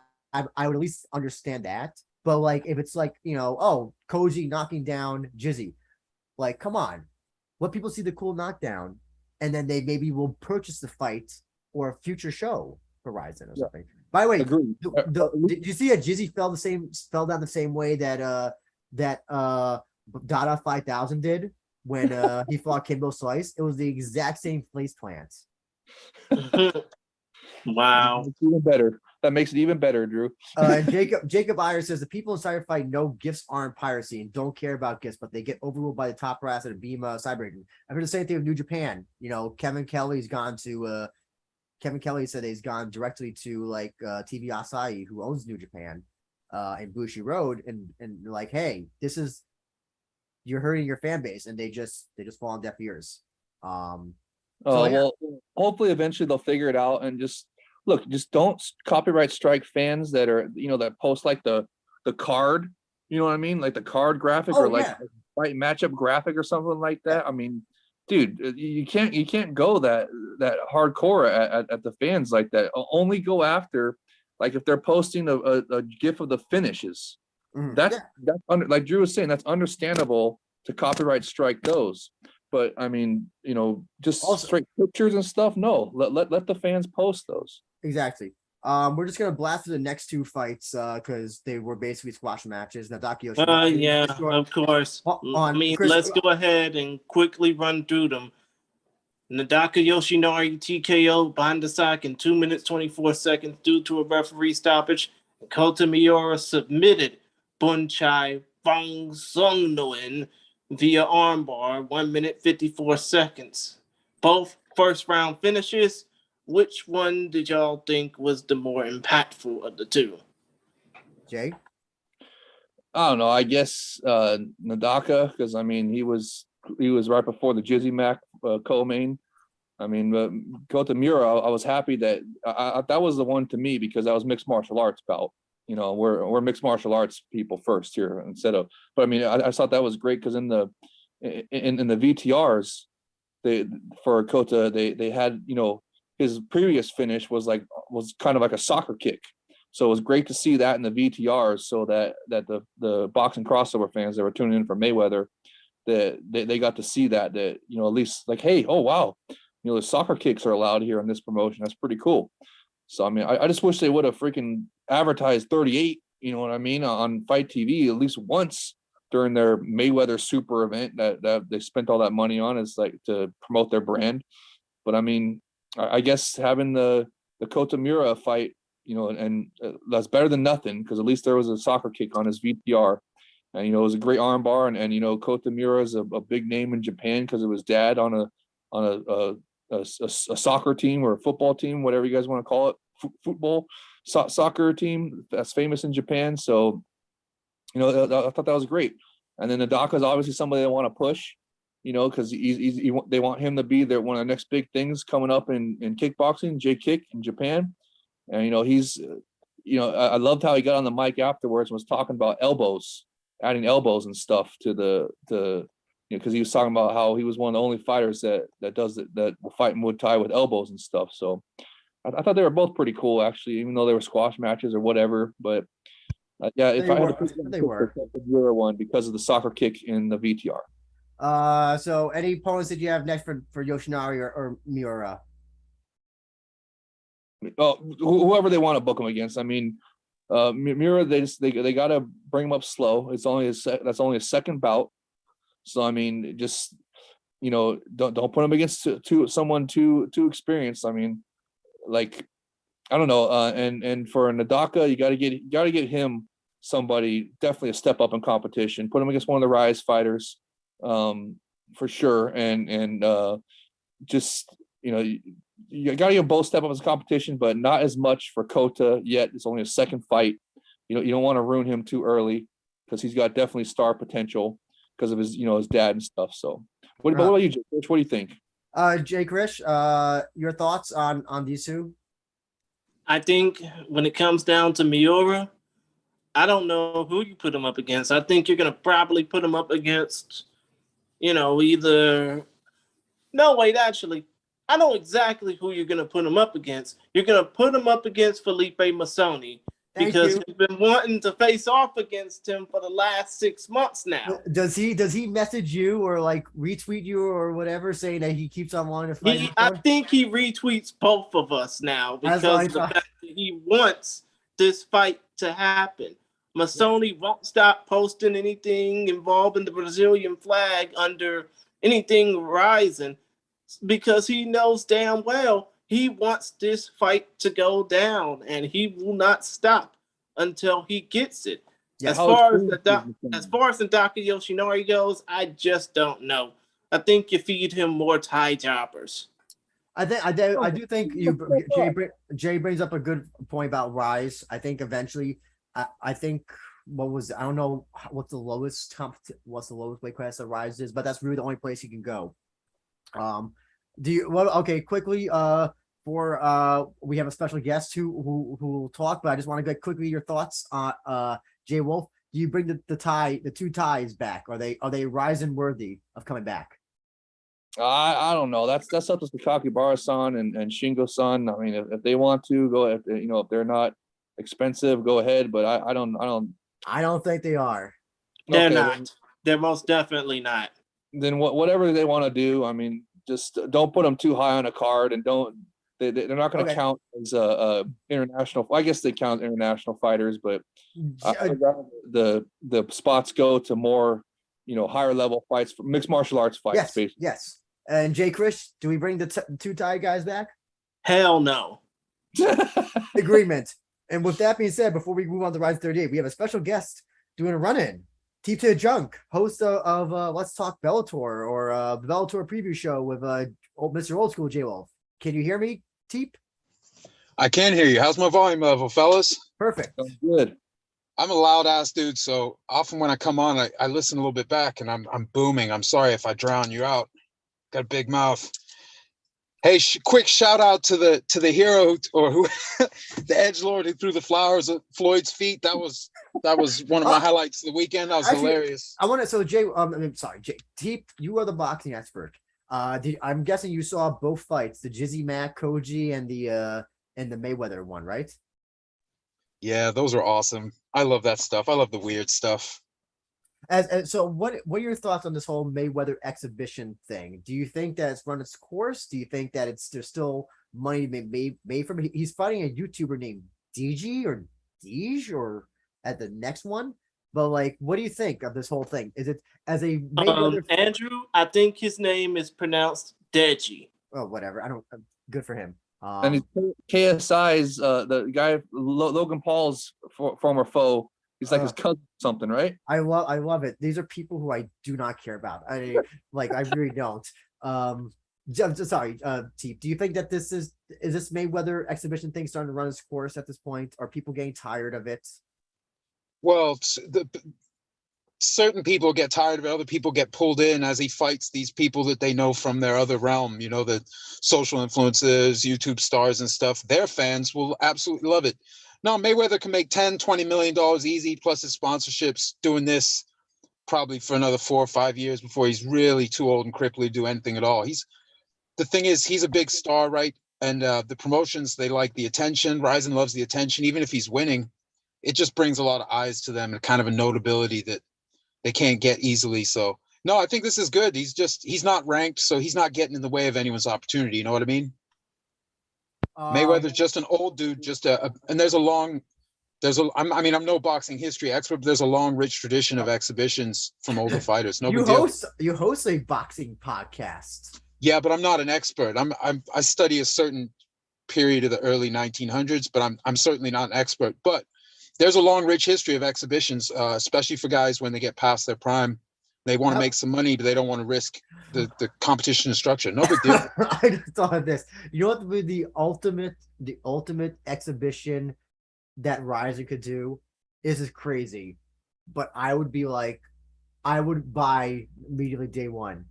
Floyd Mayweather versus Andrew Tate. Who's Andrew Tate? I'm a bit dim. Who's that dude? You don't know who Andrew Tate is? Andrew Tate is a former world-class kickboxer turned world-class ass clown. No, I'm not familiar with him, or at least not by name. Has he done something weird in the ring or cage that I would recognize, that I would remember? It's more what he does outside the ring. I'll say that. He got canceled by like Facebook, Twitter, the whole digital media canceled his ass for. I brought Jacob Ireson test that Deji is going to get knocked out and sent back to the land of the canceled, aka the UK. So I was just like, oh, I know that Andrew Tate's British and he's also canceled. So like, why not do both? Why just bring all the canceled fighters to RIZIN at this point? Actually, Andrew Tate's African American. He was born in DC and raised in Romania. That's how much I know about him. I just knew about his name only. Jake Myers says that Andrew Tate is a white Kevin Samuels. Oh man, I'm so old. I don't know who Kevin Samuels is either. I didn't know who he was until he died. Let's be real. So what was your impression of Mikuru against Floyd in this exhibition bout, if you can recall? He did what I thought he would do. He'd push it, and he'd probably get finished once he pissed Floyd off, and it was going to be entertaining. And once Floyd turned it up, he'd have to turn it up because Mikuru, unlike some of Floyd's other guys, Mikuru was going to come forward and he wasn't going to let him just play around. So once that happened and Floyd felt pushed, he was going to respond, and I figured we'd get a finish, and we did. So I was happy. I got everything out of it, I thought. And same with the JIZZY fight. I thought he was going to get his big ass kicked, and he did. So it was great. A lot of fun. What did you guys think? What did you think, Mr. Andrew? Well, I love JIZZY Kyoji. We all love JIZZY Kyoji here. We all praised it as like this. I think this is the best freak show fight that RIZIN's put on since Osuna Rashi versus Bob Sapp, which is. Did that happen? And a shout out to Crocop Baruto. That's one of my other sort of weird bookings I loved so much. In fairness, that was a tournament, so they kind of were forced to fight. That, but in terms of just like original booking fights, like this one was like definitely was actually. So I don't want to ask this as well. So Kyoji, the guy who beat JIZZY, said he wants to face Floyd next. Would you be interested in seeing that by any chance? Personally, oh yeah, man, I love the weird stuff. Bring it on. They can do as much if it doesn't get in the way of the competition architecture as far as the belt chase. They can do whatever they want as long as it's weird. I'm down for it. Well, that's the weirder the better. Now that's the one thing I worry about, and so one of the things is that I will talk about once we get to RIZIN 38 is that a bunch of the audience left. I can confirm left after the Mikuru Floyd fight. Some came back, but a lot of them left and did not come back. And I think that's the freaking hour intermission. No, they left. They were clear there for Mikuru. And they left after Mikuru has thing. They're like, if you look at the audience, like especially the front row, because I think those are all the sponsors that like bought tickets for Mikuru, or whatever. I think I was the Mikuru sponsor. They all left. I heard that people came. That and the fact that you had people like Naomi Osaka who only wanted to be there just to be seen.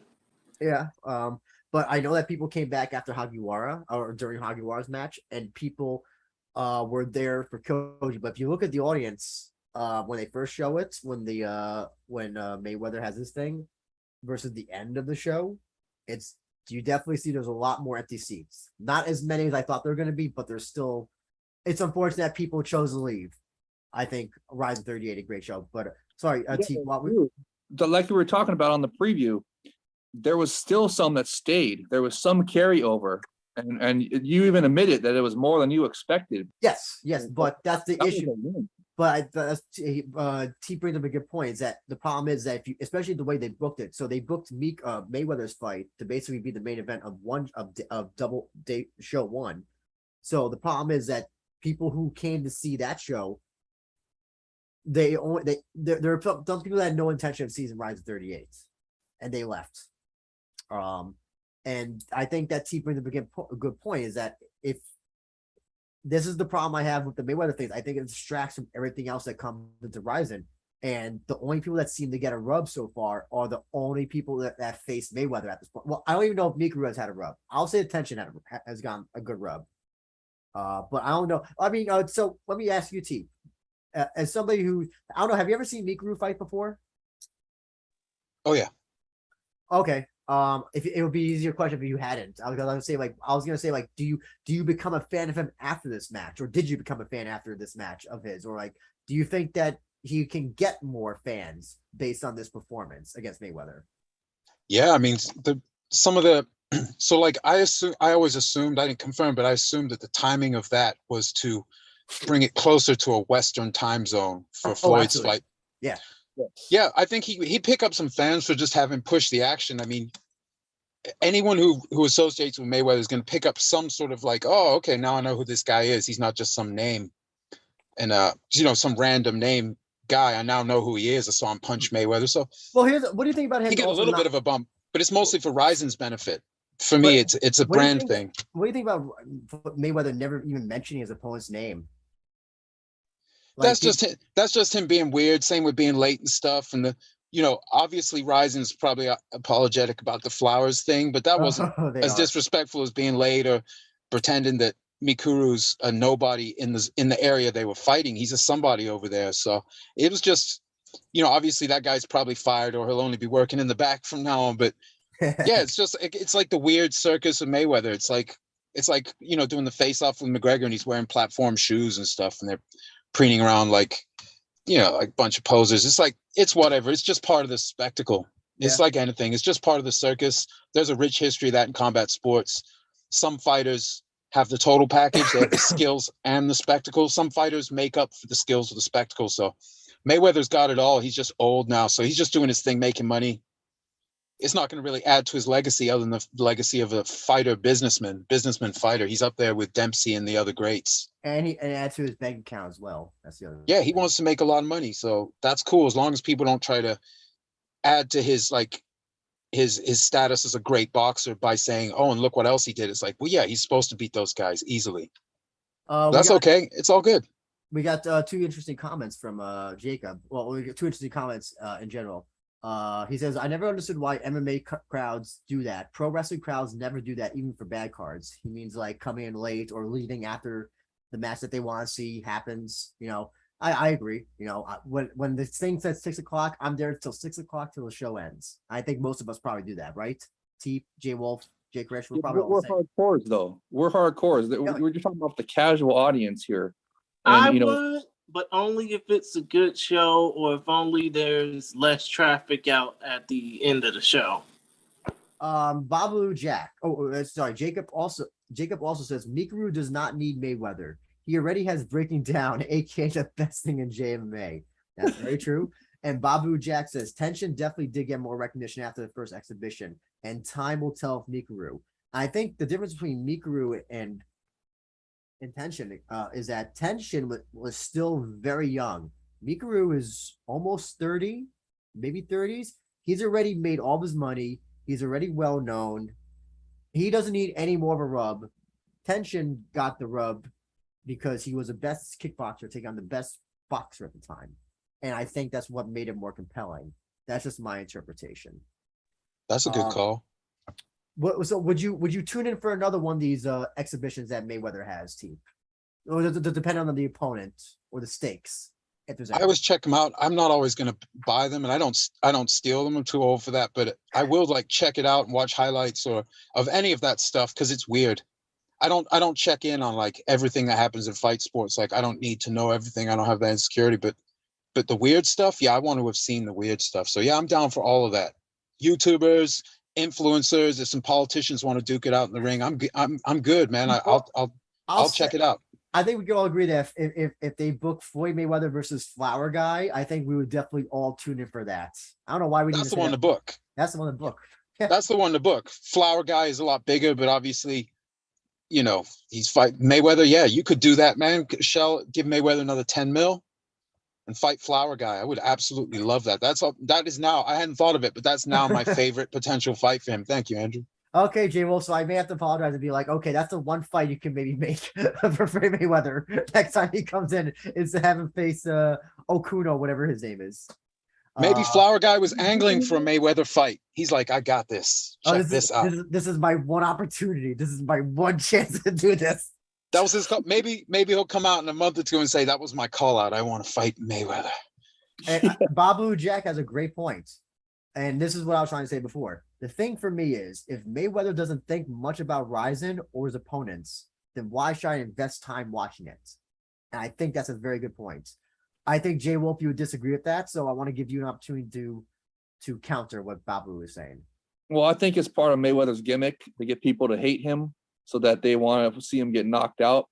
You know, and if you notice in Mayweather's post-fight speech, he did give, and before that, he was saying the Epic RIZIN brand a bunch of times, and he said it again in his post-fight speech and everything. So I mean, he shout out Sakaki Barasan as well. I mean, so it's like multiple times. So I mean, it's doing great for the brand, like Teep was saying. I mean, and I think the other stuff was just him playing the heel, and that, because that's been his gimmick his entire career, is getting people to hate him, wanting to see him lose and get beat up. And you know, and this exhibition, I thought, look, I think Mikuru is going to get a rub, as you call it, for sure. He's got highlights now of him rocking Mayweather, and highlights of him doing some great head movement against one of the best boxers ever. So I mean, it's like, dude, they're going to be able to use that footage in his next bouts, and people are going to know that that's Mikuru from the Mayweather bout. You know what I mean? So I think it's good. I mean, I hate to disagree with Babalu Jack. This guy knows his stuff. He's in Japan and everything. I mean, but I just think it's worth it, and it's good for the brand. So yeah, bring him back, but just don't spend too much on the bag for Mayweather anymore. I mean, I agree with you guys. Use that money for, you know, prospects and international fighters, like possibly Alvarez if his price tag's not too high, and you know, or just Nate Diaz for that matter. I don't think they're going to be able to get Nate Diaz because his price tag is going to be too high. Scotty Cokes from Bellator has already got his eye on him. The best we'll get to do is if, you know, a Bellator collaboration, an Epic RIZIN collaboration event with Bellator, where they'll bring in Nate Diaz to do a one-off like they did with Nick Diaz back in Almighty Pride FC. I could definitely see that happening, but I just think Nate Diaz's price tag is just too big right now. But hey, if they're pay the bag to Mayweather, yeah. What about Diaz Mayweather? That would be worth the tag. I think he would say no to that. I think because he also said during the press conference that he's not facing. He even said he's not going to face top competition. He said, yeah, but in the boxing realm, Diaz isn't top competition. He doesn't have any proven record in the pro ranks. It's still Nate Diaz. You know, Mayweather said he's going to face only mixed martial artists and YouTubers. Diaz counts as a mixed martial artist. That'd be a huge. He's also much bigger than Mayweather, like in size. I think that'd be a great exhibition. I think that would be a good fight. The size and the size and chin would offset the thing. Like Nate isn't a guy who's going to get stopped in the way that Mikuru was. I agree, but I think that Floyd would immediately turn it down. I think he'd be like, no, that's impossible. I would risk damage. I would risk, because he even said he's not fighting the way that he's fighting that he used to do. You know, he trains less. He doesn't train to get hit, to get hurt. And so with Nate Diaz, you have an uptick in that. Even if Nate Diaz is not a trained boxer, but Nate Diaz is known for his boxing and is known for his like great chin. So I don't think he would. I think he would say no to that. It's interesting. Yeah, he might turn it down, but that's not to say that RIZIN wouldn't offer the fight, because that would be worth paying both their salary. Because Floyd's going to cost more than Nate. I mean, Nate's a star, but he's not Floyd. Oh yeah, He's not that kind of money draw. So yeah, I think they would offer Also, the fight, but I do agree. I think Floyd would be like, nah, give me someone easier who's not as big and tough. yeah. So it'd have to be like a Shibatar or somebody like that. Oh, that's a good fight, but isn't he Dude. disgraced? I'm gonna go ahead and say it right now. And you know what, Anna, if you're still in the chat, I hope you record this and send it to this man. But I think I would have a better chance at beating up Atsushi Shibatar Saito than Nate Diaz or Floyd Mayweather, for that matter, would have at making him job to them. But Teep, do you want to stay for the 38 talk? Because we're about to go into that because we're running out of time. Do you want to stay for that, or did you want to just talk? Or did you just want to get your 2 cents in about the boxing stuff? Yeah, I just wanted to shout out the love, shout out to the chat. Also, me and Jay Wolf, we're previewing the Saturday's epic Bellator 280. What is it? 286. Yes, it's the mighty Bellator 286 from Long Beach right here. America, fuck Yes. yeah. Yeah, it's that one. We're gonna talk about this stack card. So I wanted to shout out and just thank you guys for your continuing content. And I'm gonna shut up now and just become a listener again. Thanks so much for having me though, guys. I hope you have a good time. I'll be listening. Oh no, always appreciate it. And I still have to listen to your Bellator recap as well. I only listened to the first few where you're talking about Manhoof and Romero, RIP Manhoof. Yeah, it's a quick one. It's all like an hour and a half. So listen to that review show we just did. Yeah, it's a short one for us, just a little hour and a half. Tomorrow we'll do a couple of hours. I don't know how much time we'll have. Jay Wolf, we start at 6 p.m. Yes, correct. Tomorrow, 6 p.m. Eastern time. Okay, we'll do 2 hours then. 286 preview. Awesome. I'm gonna jump off. Later, guys. Thank Later. you, Teep. Appreciate it as always. Later, Teeth. So yeah, unfortunately, I don't have any more graphics. I was way too tired to do this shit at late at night. So You know we're what? gonna go- Let's just go ahead and skim through the RIZIN 38 card, because due to time constraints, we have to move on. Oh, come Yeah. on. You can't skim through that card. This card was fucking banger, man. Well, I'll say this. I'll ask you this, J Wolf. Was RIZIN 38 the best show that RIZIN's? I'll say this. Were these two the best shows that RIZIN's put on this year so far, in your opinion? One of them. Definitely. Oh, you mean for this year so far? Yeah. Yes. For the year, it was definitely one of the best events that RIZIN's put on. Period. Because it combined, I love the format. I love how they went earlier with Super RIZIN. I know you guys disagree because you think the crowd left. I just think they should not have such a long intermission. It was like an hour and a half intermission. Tension wrapping. Oh, no. 20 minutes.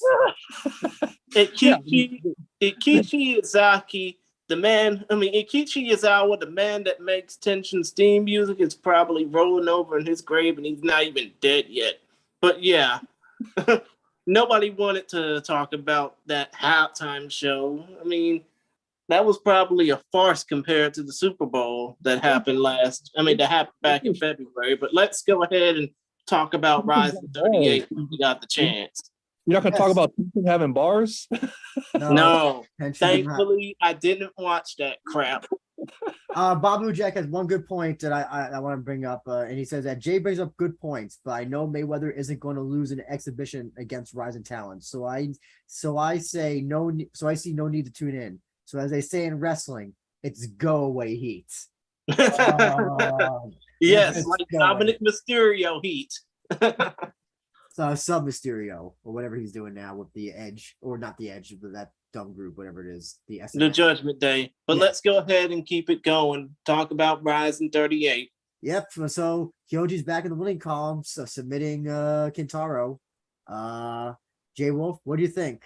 Kyoji's return back to the W column. Oh, we're starting off with the main event right away? Oh yeah, we're gonna go down. Oh no, I got a surprise for the next one. Okay. Look, for the main event with Kyoji Horiguchi, who was on loan from Bellator. He's currently under contract with Bellator right now, and they let him come over. It was technically a collaboration bout, and they let him come over here and headline against Kentaro. And it was a great bout. It was a lot of fun. I mean, Kyoji faced some danger because Kentaro dropped him in one of the bouts, and if Kentaro would have followed that up with a soccer kick, dude, we might be talking about Kyoji's third loss in a row right now. But I mean, Kyoji weathered the storm, came back and just put on a sensational vintage Kyoji performance, and choked him out and got the finish, and just cherried that great 38 card. And now the question next is, what's he gonna do next? Is he gonna go back to Bellator? Is he gonna get the fight again at Epic Rising, maybe New Year's Eve? What's going on next with Kyoji? And he was also talking about how, I loved it because he was talking about how 135 is just, he wants to drop down to flyweight. And it'd be great if Kyoji Horiguchi could create a flyweight division in both Epic Rising and Mighty Bellator, because Bellator, they also are in need of a flyweight division, and flyweight has talent across the world. It's not just in the UFC. There's a lot of excellent talent across the world at flyweight, so they could easily build a division around Kyoji. But the thing is, Bellator, RIZIN has somewhat of a flyweight division for the men. Bellator doesn't. Right.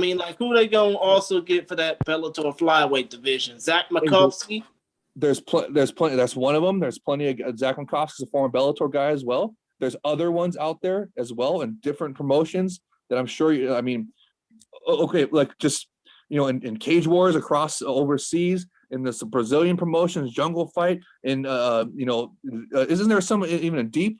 Isn't there some flyweights in Deep and stuff up in the Yeah, Deep's doing a flyweight Grand Prix now. Problem is the problem with flyweight is that you have people that are awesome and really good, like Shinryu, Sakamoto. I know we were talking about Sakamoto today. Some people saying he's boring, but nonetheless, he's still not undefeated, but he's on a winning streak. And then I'm forgetting the guy, Mikuru Fukuda as well. So you have these guys that are very high level, and then you have guys that are it's kind of like how Atomweight used to be, where it was just ruled by Ayaka and Kana Azakura, and then the problem is also that a lot of flyweights jump up the bantamweight because they can't get fights anyway wherever they are, regional or whatever, or even UFC. Some just jump up the flyweights. Well, that's a good point, Drew, because those guys that are forced up to bantamweight, they could also come in and go back down to their natural weight class if the flyweight division gets created in both Bellator and Epic Rising. And there's other promotions besides. I can't believe I forgot to mention Combate Global has a bunch of great Hispanic flyweight fighters, and even some of them Russian promotions have some lighter weight guys, and they could bring in fighters from all across the world, and where was Manel K from? Was from Africa? There's some Angola by way of Portugal, and isn't that, if I remember correctly, that's towards Southern Africa and South Africa, right? Yeah. So look, the point is that there's flyweight talent across the world that they could bring in. So I think they should do it. I think they should run a flyweight Grand Prix next year, a full flyweight Grand Prix scheduled around put it around Kyoji, build it around Kyoji Horiguchi, and have international fighters have the one night Grand Prix final Pride style, and then I want to know what they're going to do with him in Bellator. If they're going to create a division for him or make him fight out his contract at bantamweight. Well, so it's interesting what the future will bring. Well, Chris, if you're a promoter, you obviously want to bring in flyweights who are good, who are great, right? And the problem with flyweight is that there's a lot of people that are they're not at a level, I think, that I would want to showcase them on a RIZIN show. Mm-hmm. Let alone, you can find maybe one or two internationally. There's more than that, Drew. There's more than that, bro. There's excellent. I only pay attention to the Japanese flyweight scene. I don't know if there's any that are in Australia. There is. Come to think of it, there were still plenty of fighters that the UFC cut 4 or 5 years ago that hadn't had any fights since. I'm pretty sure that they're wanting to get that international exposure too. That's true. And then the reason they can't get fights because they're flyweights, because Bellator doesn't have one, PFL doesn't have one. One's flyweight is 135, I think. I don't know. So here's the thing. Well, actually, their flyweight division for the men is the strawweight division for Oh, some. whatever. I'm so confused about that shit. Okay, but like, yeah. So that's the problem is that you and all the. I don't want to say that all the best flyweights are in UFC, but a lot of the good ones are. I mean, UFC just got Tyra, and Shinryu was hoping to go to UFC after the Tokoro thing, but that doesn't look like it's happening. So that's the problem is that you have all these. UFC has such a. It's either the only way you can really make a viable career as a flyweight at this point is in UFC, unless Bellator opens up a flyweight division. Remember when they had some like random flyweight fight on one of their New York shows? You remember that? Like, yeah. Yes. So I mean, they've done it before. They should just take Kyoji Horiguchi for his main fights in the contract and build a division around him. They only have. I mean, look at their top 10 for women's featherweight 145. There's only 7 fighters listed on their top 10. So I mean, if they're gonna build a division, yeah. But in a way, at least Bellator has a women's featherweight division compared to that 3-letter promotion that doesn't. Yeah. Okay. Well, but my point is that there's only 7 on their top 10 right now, and they're building a division around Cyborg basically. Why can't they do the same with Kyoji Horiguchi at flyweight and only have like 5 to 7 in the initial top 10 and just build a division around him for while he's a contract with Bellator? I mean, next year there'll be. Hopefully they're going to run a lightweight Grand Prix. Hopefully Epic Rise is going to do a flyweight Grand Prix, and hopefully that's going to come to fruition with Kyoji in Epic Rising at flyweight. But we'll see. They've been showcasing a lot more flyweights rising. Takagi Soya. And then they also have strawweights who are going up as well to flyweight. So I think Ryzen has potential to do it. Even if they didn't want to have international opponents, they could still do it because there's enough in Japan. But if you want to have your national opponents, that's the thing. I don't know who else you get for this. I mean, Jay, I'm gonna put you on the spot. I'm gonna be an asshole and do that. Are there any prospective flyweights that are not signed to any of the big 3 or 4 that you could sign right now to Rise? Yeah, there's a bunch of them out there. I was telling you, there's. I mean, no, I want names. I'm gonna put you on the spot. I want names. Oh, I don't have them off the top of my head right now. I'd have to look it up. I guess I could take a while to do that, but I guess we're running low. I trust you. I trust it. I know you're not talking out your ass. I believe you. But the problem is that like I feel like we obviously know more heavyweight prospects. We know welterweight prospects. We know middleweight. We don't bantamweights, sure, but like as the lower, flyweights are, they're given the cold shoulder, unfortunately. So I think it's a little presumptuous for Kyoji to go back to flyweight. I think he's been successful at bantamweight. He just lost 2 fights. That's like we were talking about it. Like is this if he loses this fight, should he retire? And he didn't lose. He won it. He won it pretty even-handedly. Overwhelmingly. I mean, so I think this whole idea that like he wants to do flyweight. I think he's been so successful at bantamweights. Am I wrong in thinking that, Christian? That this is something that he feels like he should have to do. Well, I've also heard other speculation as well. I'm going to ask you, Jay Wolf, but I want to ask you this, Christian. Should he just stick with bantamweights because he's successful there? I mean, it depends because he's currently riding the 2. I mean, as a bantamweight, well, obviously before beating up Kentaro and making him tap out, he was riding a 2-fight losing streak. But you know what? I don't see him, fluctuating back and forth between weight classes. He's going to have to pick one or the other. But if he gets that flyweight division going, more power to him. I just hope he continues to be successful off of it. Now, Jay Wolf, I've heard speculation that the reason why he wants to go back to flyweight is because this is his way of trying to go back to UFC. That I've heard that speculation. No. So Don't Do you do you think that's at all a reasonable thought that he's maybe thinking about, closing out his career in UFC to try to get that UFC belt because he's got the Yeah. Bellator belt, he got the Yeah. RIZIN belt, and if he gets a UFC belt, he'll be the only 3 promotional champion. I don't know. Is it ever? Probably close to ever. Well, yeah, Yeah. probably ever. And he'll definitely be Japan's greatest mixed martial artist of the 21st century. So I Yeah. want to ask you, is this his way of trying to be like, okay, if I can go back down the flyweight, I can win a Grand Prix or the title in here, I can then leverage my way back into UFC. Yes. And, even though I selfishly want him to stay in Epic Rising and Bellator, he should go for it. If he can get back in the UFC and make a run at the title, how old is he now? He's not on the wrong side of 35 yet. He's not even 35 yet. Yeah. So he has many miles in MMA fights. But he's at a lighter weight division, so they can go for a while. But I mean, selfishly, I want to stay in Japan. I want to stay with Bellator, but for Kyoji the fighter and his legacy and stuff, yeah, absolutely. If he can go, next year, finish your Bellator contract, finish, you start a flyweight division in Epic Rising, and then we've seen that history has showed us that the UFC loves to poach Epic Rising fighters that win Grand Prix and stuff. Look at Cape, Mano Cape.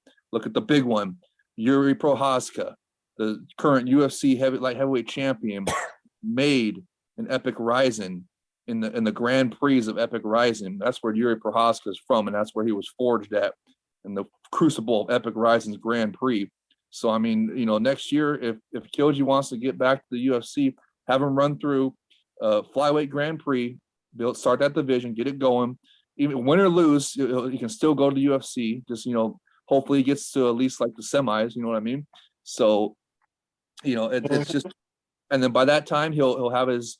I think he's only got 2 or 3 left on his Bellator contract. So maybe they'll want to match him up with guys in the bantamweight division. I don't know if they'll, like you were saying, maybe they don't want to create a flyweight division, even though they've had flyweight fights in the past. So I mean, it's gonna be real interesting to see what this next year is gonna bring in the career of Kyoji Horiguchi, and if he's gonna use that to catapult himself back into the UFC, more power to him. I wish him nothing but the best. Even though I selfishly want him to stay in the superior rule set because he's a big star, he's a superstar, and I'd like him to get the Epic Rising belt again.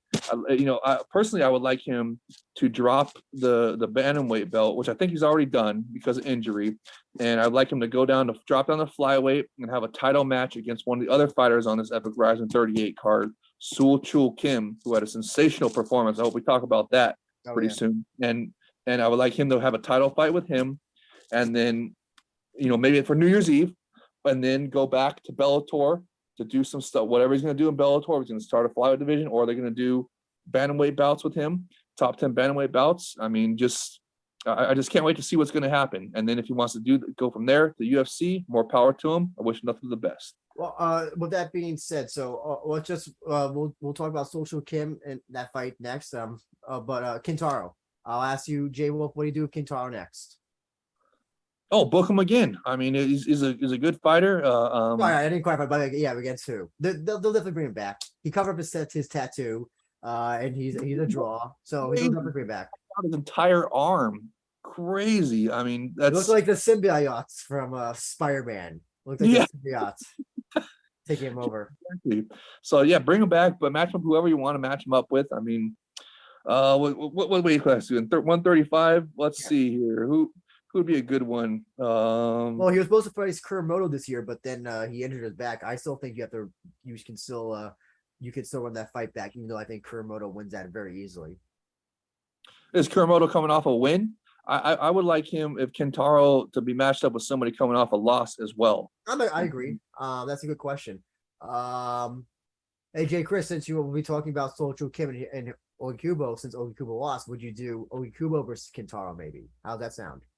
I mean, that would be fun, but I think for Yuto Kintaro Fukumura, bless you, Thank you. I do think that a match because if you look at the wide span of free agent talent all over the world, I mean, Khalid the Warrior Taha just got cut from the UFC. Why not have Kintaro versus Taha?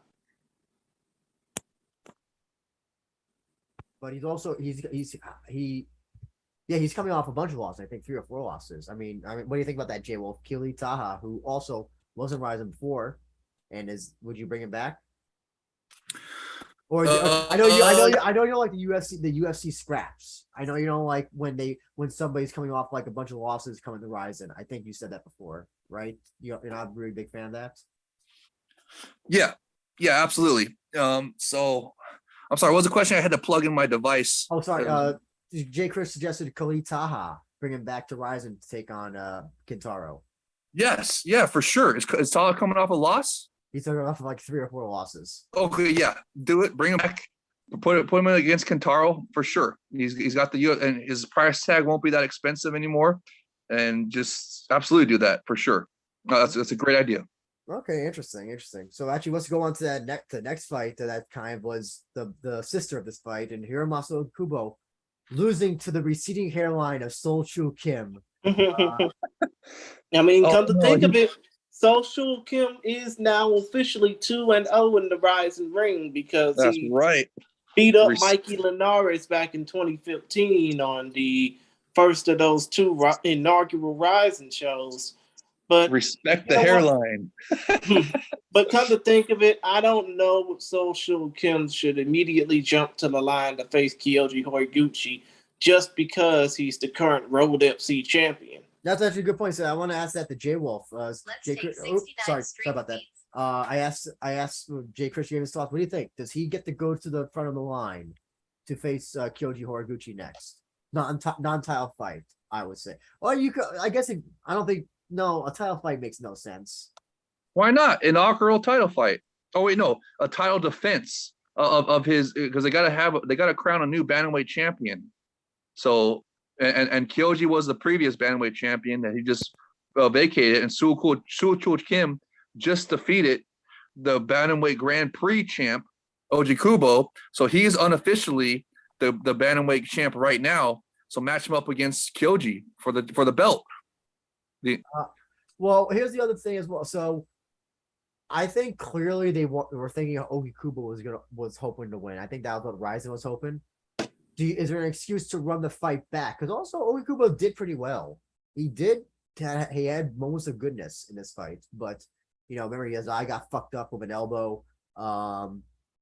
Those grounded knees busted his eyes up. Oh, okay. I thought it was an elbow. So, but do you think there's an excuse to run this fight back, or is it just Ogi Kubo has to move on and then Kim has to go on? Yeah, I don't think they should run it back just because they're butthurt that Kim pulled off the upset win over the Jeep Grand Prix winner. I think, like I said, I think they should move forward with it. I think Sol Chu Kim is not only the Road FC champ right now, he's also the former One Championship champ.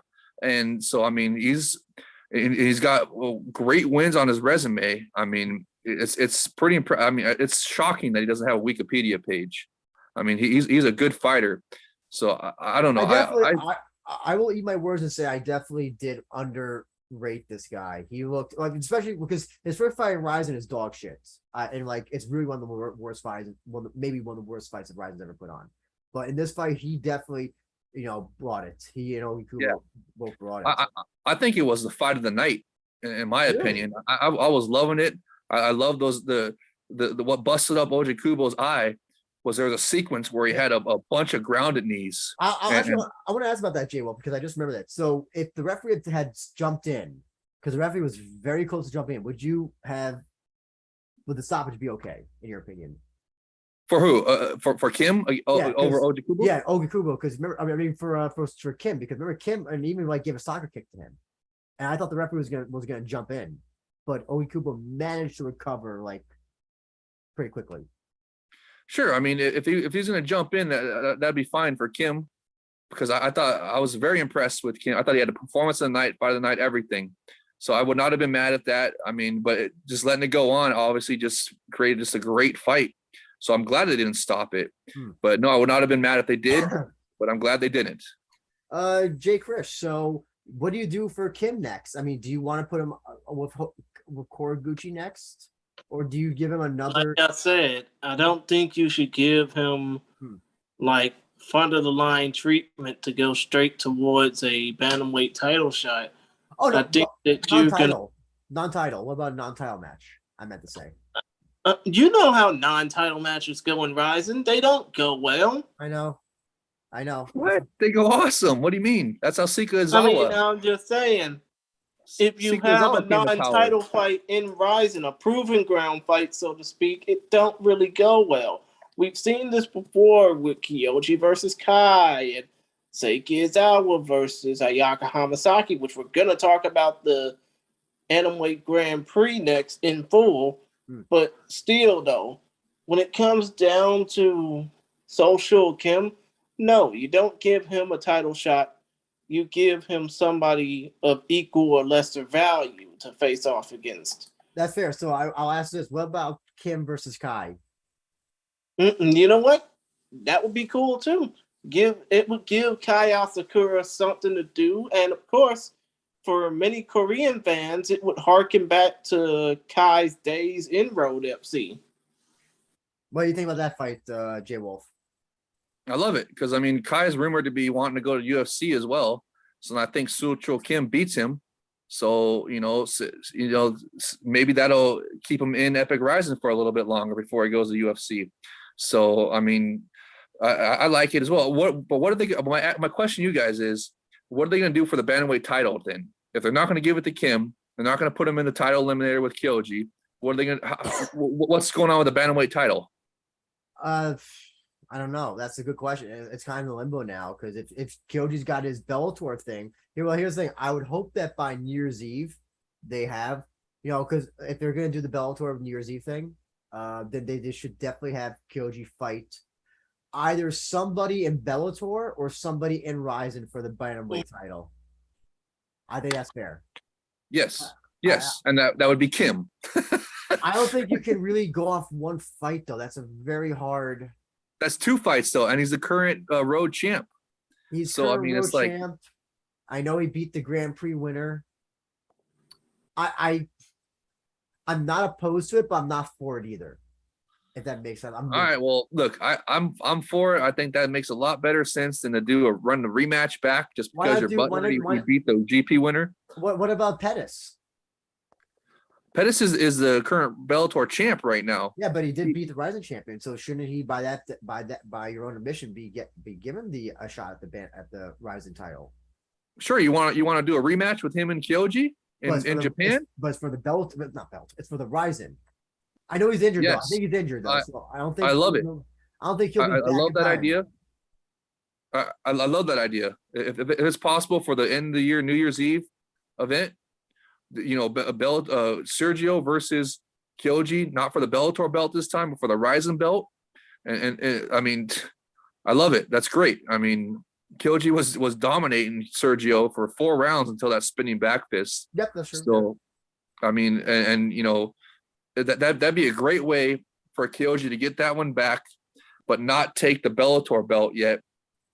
I mean, the Bellator would still be able to keep the belt on Sergio, and then have him face off against the Grand Prix winner coming up here pretty soon, and then be a great way for Kyoji to avenge that L. Yeah, if he can do it, which hopefully he will be able to, and that's a great idea, Drew. Hopefully that happens. If they don't make the Kim fight, then make the Pettis fight. If Pettis is back from injury, because he's injured right now.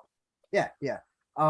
So we're gonna move on with like Chris said, we're gonna talk about the Grand Prix. And let's go ahead and talk about the Grand Prix in full. Seiki Izawa submitted Anastasia, the Little Tiger Spetskipska, armbar, 4 minutes 56 seconds of round number 2. Siwoo Park upset again. She's a giant killer, ladies and gentlemen. She upset Hamachamp.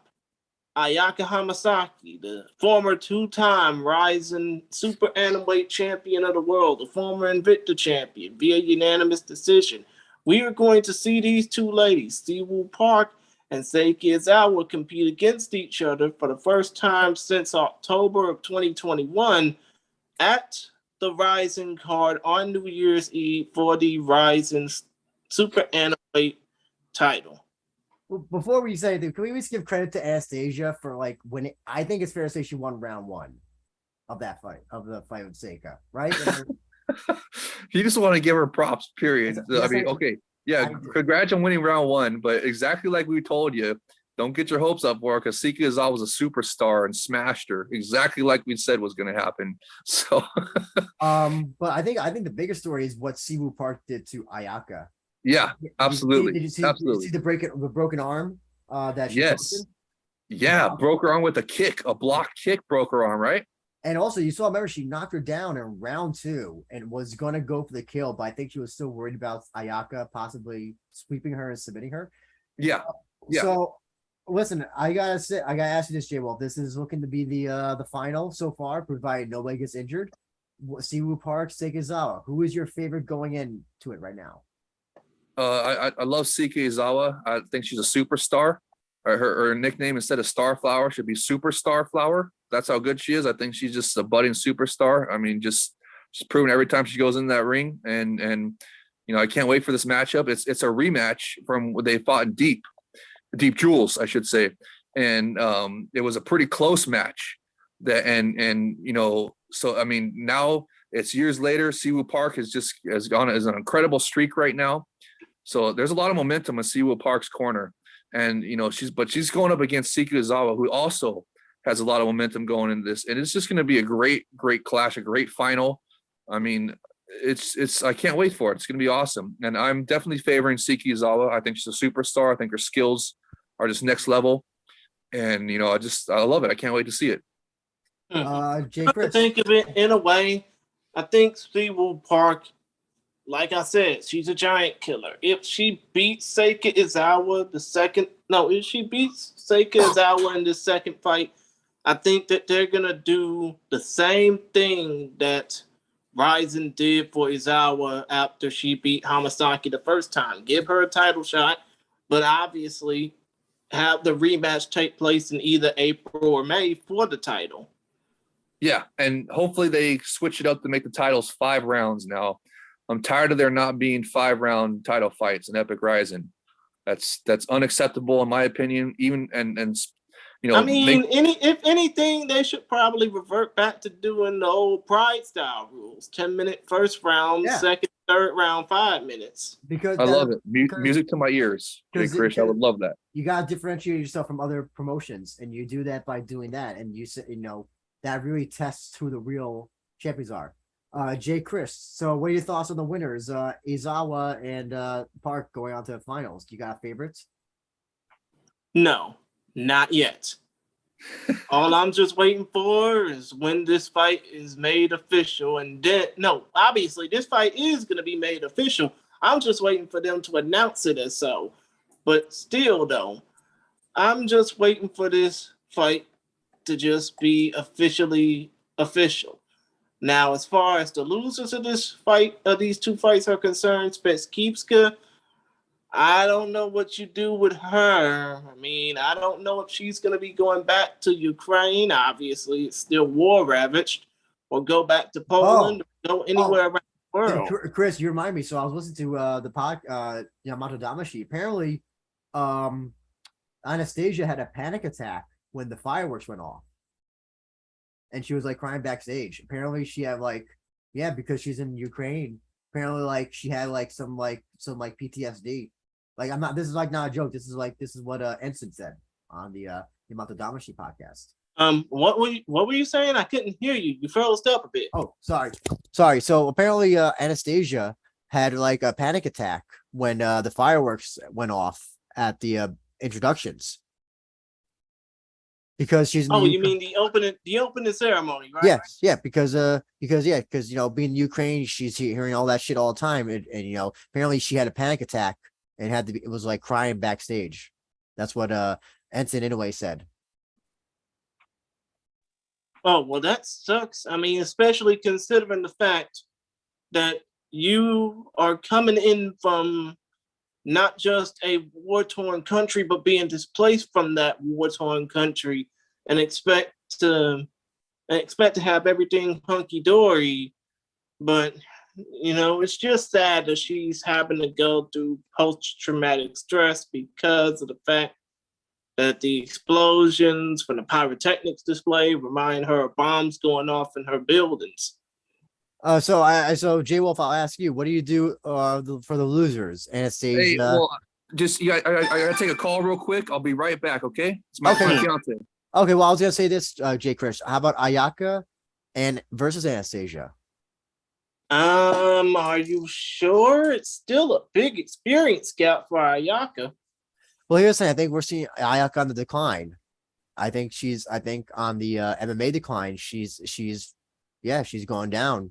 I mean, are you sure? Are you sure she's not close to retirement? I don't think close to retirement, but let's see how her next few fights go.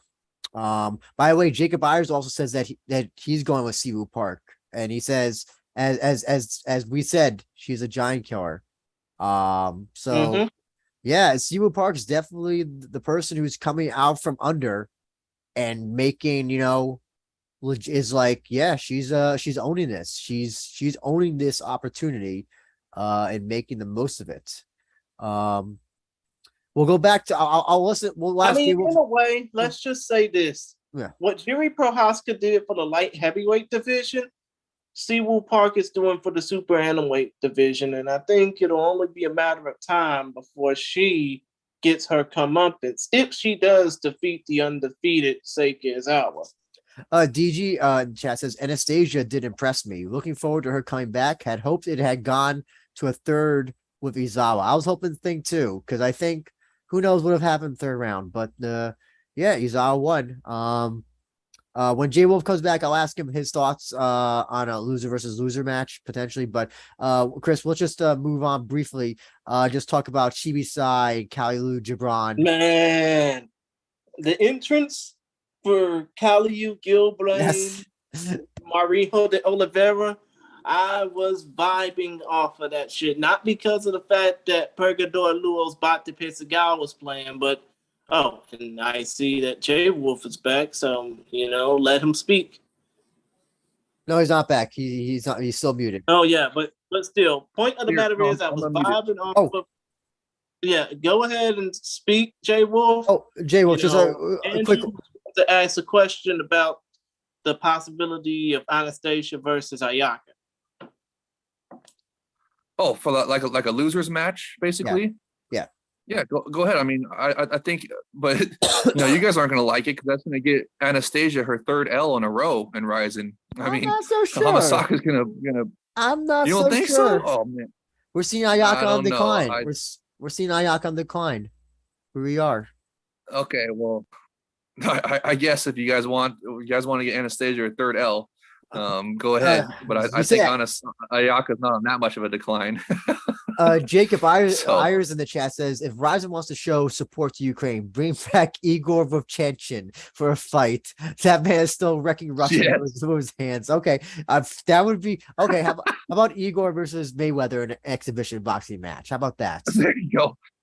Bring back Igor Ice Cold Vovchanchin. He's like 60-something years old right now, right? Or something like that. And apparently he's still fighting. I didn't even know that. I thought he had retired. Is he really? Well, that's what he said. He said that. Oh man, if he's still fighting, definitely bring him back. Well, that's what Jacob said. He said that he's still knocking out Russians. I don't know, us like in pro things or like. Yeah, really? In pro fights, I don't know about that. That'd be if he's still fighting, definitely bring him back. But I mean, I don't. I mean, if he's still fighting, I get what you're saying. I'm so stupid. No, because if he's in the Ukraine army, he's clearly beating the shit out of Russians on a daily basis. Probably. I think that's okay. Okay, I was gonna say if he's fighting again, that's news to me. That's what I think he meant. Still, though, since we already talked about the possibility of Ayaka versus Anastasia, let's go back to this heavyweight fight. Shoma Shibisai making Kaliu Gilblain, the Juggernaut Oliveira, tap out via rear naked choke, 1 minute 48 seconds. I mean, do you think that Shibisai? I mean, let's just say this. If Rizin makes a heavyweight title fight, like not soon, but very soon, do you think that Shibisai is the first of those two title challengers? Yes.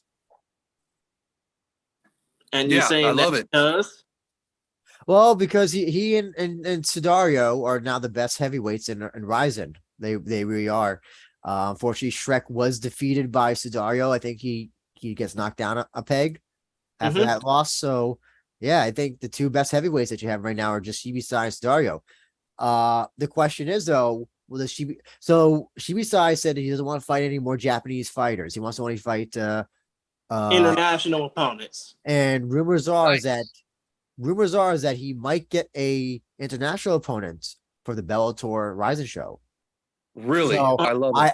I I asked you love it. this, Jay Wolf. I asked you this, Jay Wolf. If you do that, if you go that route, who do you have fight? Who do you have fight Shibisai? Man, who would they be able to match him up against on the Bellator rod? Put him against a top 10 Then guy. I think, you know what? Send Jay Kager. That's all I gotta say.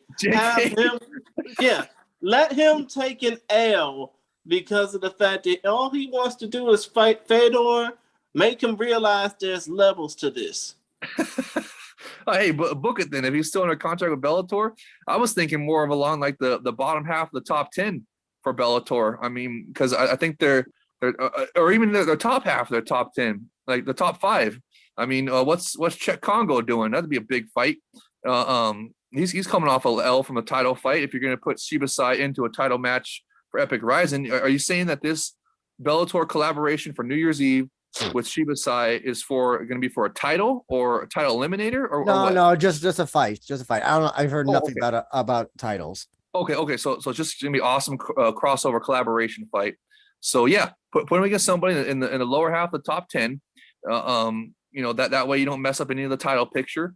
Or even if you want to put him against somebody in the top 5, like a Congo or whatever, just I think that'd be a great idea. I love it. I want to see Shibasai against international fighters.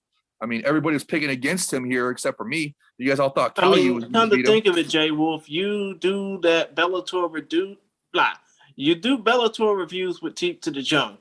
Who is in the bottom 5 of the Bellator top 10 that Shibasai would be fairly matched up against?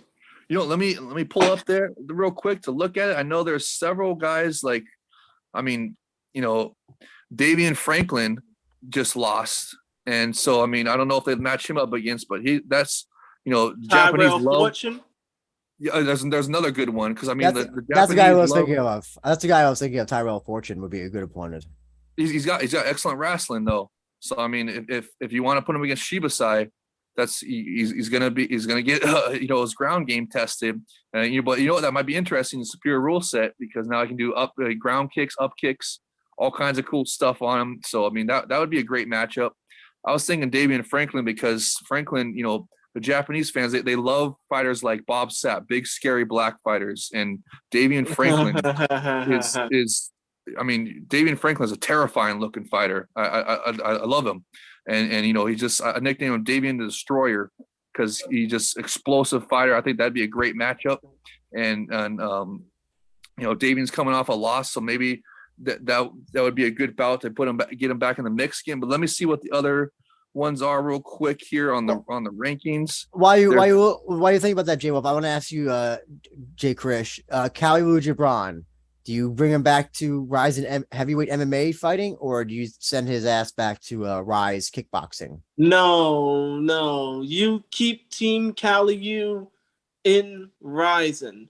No matter how many opportunities he gets, that type of energy, that type of charisma that he's shown, not only during the fight, but definitely during the entrance, you keep him at all costs. You keep Team Kaliu going until the big man can't go anymore. Let's just say that. What about Kaliu versus Shrek? You know what? Kaliu versus Taka Kenshin. Oh, that's true. Okay, yeah, okay. I think Kaliu's I think he's a little bit better. I think he'll definitely maul Taka Kenshin. Taka Kenshin has to face somebody who's lower in skill level, I think, at this point. Jay, did you find any of those heavyweights? Yes, I did actually. I got them pulled up right here. You guys' pick for Tyrell Fortune is number 5 right now at heavyweight. That'd be a great matchup. And there's another one that's jumping out to me here. Big Tim Johnson. That's a UFC name as well. That might be a good matchup for Shibasai. But Tim Johnson was number 2 ranked when he lost to Fedor. That's right. Absolutely right. And currently he's now number 7 because he also lost to Linton Vassell. So if you don't mind matching him up with a guy coming off a loss looking to get back in the win column, then, either Tim Johnson or Davian Franklin would be great. There's also guys like, I think too tall Steve Mowry at number 6 would just be too much for Shibasai. And I don't think Bellator will lend him out. You need to still you have to rebook that Steve Mowry match that went to a no contest from this year. I forgot who was That's against. right. Yeah, Yes. so you need to do that. So he's busy with that. So no. Okay, and then also Marcelo Golm, who scored upset victory, and then Gokhan Saracom. That would be a good one. Oh yeah, Gokhan. I think is he Turk? He's Turkish, right? I think. Yeah, he's Middle Eastern, somewhere around there, and he would be because he's a smaller heavyweight. Yeah, that's true. Yeah. So that'd be kind of a fun matchup for Shibasai, and he's right there. He's number 9, so it wouldn't hurt his rankings at all or nothing. I mean, you're not in the title picture for Bellator. Maybe that could be the matchup. Yeah, right that's the one risk though, is that if Shibasai is definitely like high level tier heavyweight. If he does beat one of your rank guys, that you kind of fuck up the rankings in a round. No. This is the bottom half of the top 10. It's fine. Shibasai should get a if he wants to fight foreign fighters and they're going to put him in the title picture for Epic Rising, he should be fighting guys in the bottom half of the top 10 for Bellator, especially on a collaboration event. Okay, I love it. I love your guys' idea of Fortune. That'd be great. Quickly before we move on, J Wolf, Kalu, I suggested against Shrek. Well, I mean, Kalu clearly he needs to get in the wrestling gym and work on his grappling because Shibasai just dominates. So I mean, I know he's a kickboxing crossover, so definitely bring him back. But I mean, you got to get his grappling to up to par a little bit. So whoever you want to match up against, Shrek or whoever, it's fine. I'm looking at the chat right now saying, how about Derek the Black Beast Lewis, since he keeps losing in the UFC and he can find some guys he can beat. Well, I think that ain't. I don't think the UFC is gonna cut him anytime soon, but it would be a damn shame if they did. And even if they do, I don't think that RIZIN would be knocking down Derek Lewis's big double wide doors. I would. I don't think that RIZIN has enough payola, so to speak, just to get him. They'll just have to pay him in Ronda Rousey's fine ass, and then and he'll come. He can't face any Russians. Was it no? Was it he said to like Volkov when Volkov said, "Come fight me in Russia"? And he said, "Motherfucker, I ain't gonna black man ain't gonna fight you in Russia" or something like that. I think he would be great in Rise though, if it ever came down to that. But Jay Wolf, I'm sorry I'm gonna make you cry, but we'll have to talk about Kyoji Hagiwara's loss to Chihiro Suzuki. Oh, you know what? This is actually the one where I was gonna. I'm glad it's coming up towards the end of the show because I'm gonna. This is the one I was gonna do the reveal on because Chihiro Suzuki had a fantastic walkout jam, and then get that started here. And then this is going to be the reveal for the hair letting down here. So this is for promise with the RIZIN Discord here. Here we go. There we go, baby. Oh, wait here. We should have done like a hair versus hair thing. Let me do the Yoshi. I can't even see it. Oh, I took a shower before here. So that's fine. We believe you. We believe you, Jay Wolf. Yeah, can you guys see it now? It's down. We're good. Okay. All right, there. Now let me turn that down. That was the intro for the letting the hair down here for an Elias Theodoredou RIP tribute because he just recently passed away. And he had a long flowing hair, mane of hair as well. Yeah. So I want to do a tribute to him because he was pioneer in getting medical marijuana, therapeutic medical marijuana legalized. So now we can have fighters like Nick and Nate Diaz, that they won't be, because Nick Diaz was taken away from the sport for something like 5 years. Oh yeah, because he tested positive for sorry, weed. Jay. I'm sorry, but we know the whole story. But I'll also say that cutting off the Elias Theodore RP tribute. Drew? No. The Nick Diaz thing. We all know about the Nick Diaz thing. But if you ever want to say anything about Elias Theodore, feel free to go ahead. Okay, no, I just wanted to say RIP to him. Thank you for all his work on getting the medical marijuana legalized. So now we can see fighters like Nate Diaz, and just want to do our RIP tribute. I guess I shouldn't have taken a shower because you can't even see my hair. I tried to get it. I just didn't want it to be greasy. You know that NFL commercial where it says you don't never want to be greasy. So I had to take a shower before I came on the show here. Maybe for next time I'll want so it's not as slick back. So, but anyways, okay. To get back to this fight, yes, it's a bummer that Hagiwara lost. I mean, I love Hagiwara, but hey, Chihiro Suzuki with that hot walkout jam that he was playing, I gave him power in the fight. He just showed he's got better skill set than Hagiwara. I mean, he's a kickboxing crossover as well, right? So I mean, it's just I guess I mean, I'm bummed that he lost, but at the same time, I'm happy that it's showing that a kickboxing crossover like Suzuki is just he's on the come up. So it's like it's like a win. I don't know. It's a bummer Hagiwara lost. Now, but you know what? Now they can maybe make a rematch with Ren. Maybe because Ren is in a matchup on the next landmark event where he might very well lose. So it's like he's facing off against Satoshi Dominator Yamasu. I don't think he's gonna lose that. I don't think he's gonna lose that. I have my theories behind that, but well, Jay Krish, I want to ask you. Kyoji Hagiwara is now 6-7 if we're to go by Tapology's records, if that's correct.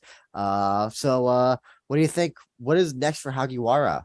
Like, what can you do with this guy? Where clearly he has his skills in grappling are not sufficient enough to even go against even people that are not that are below purple belt.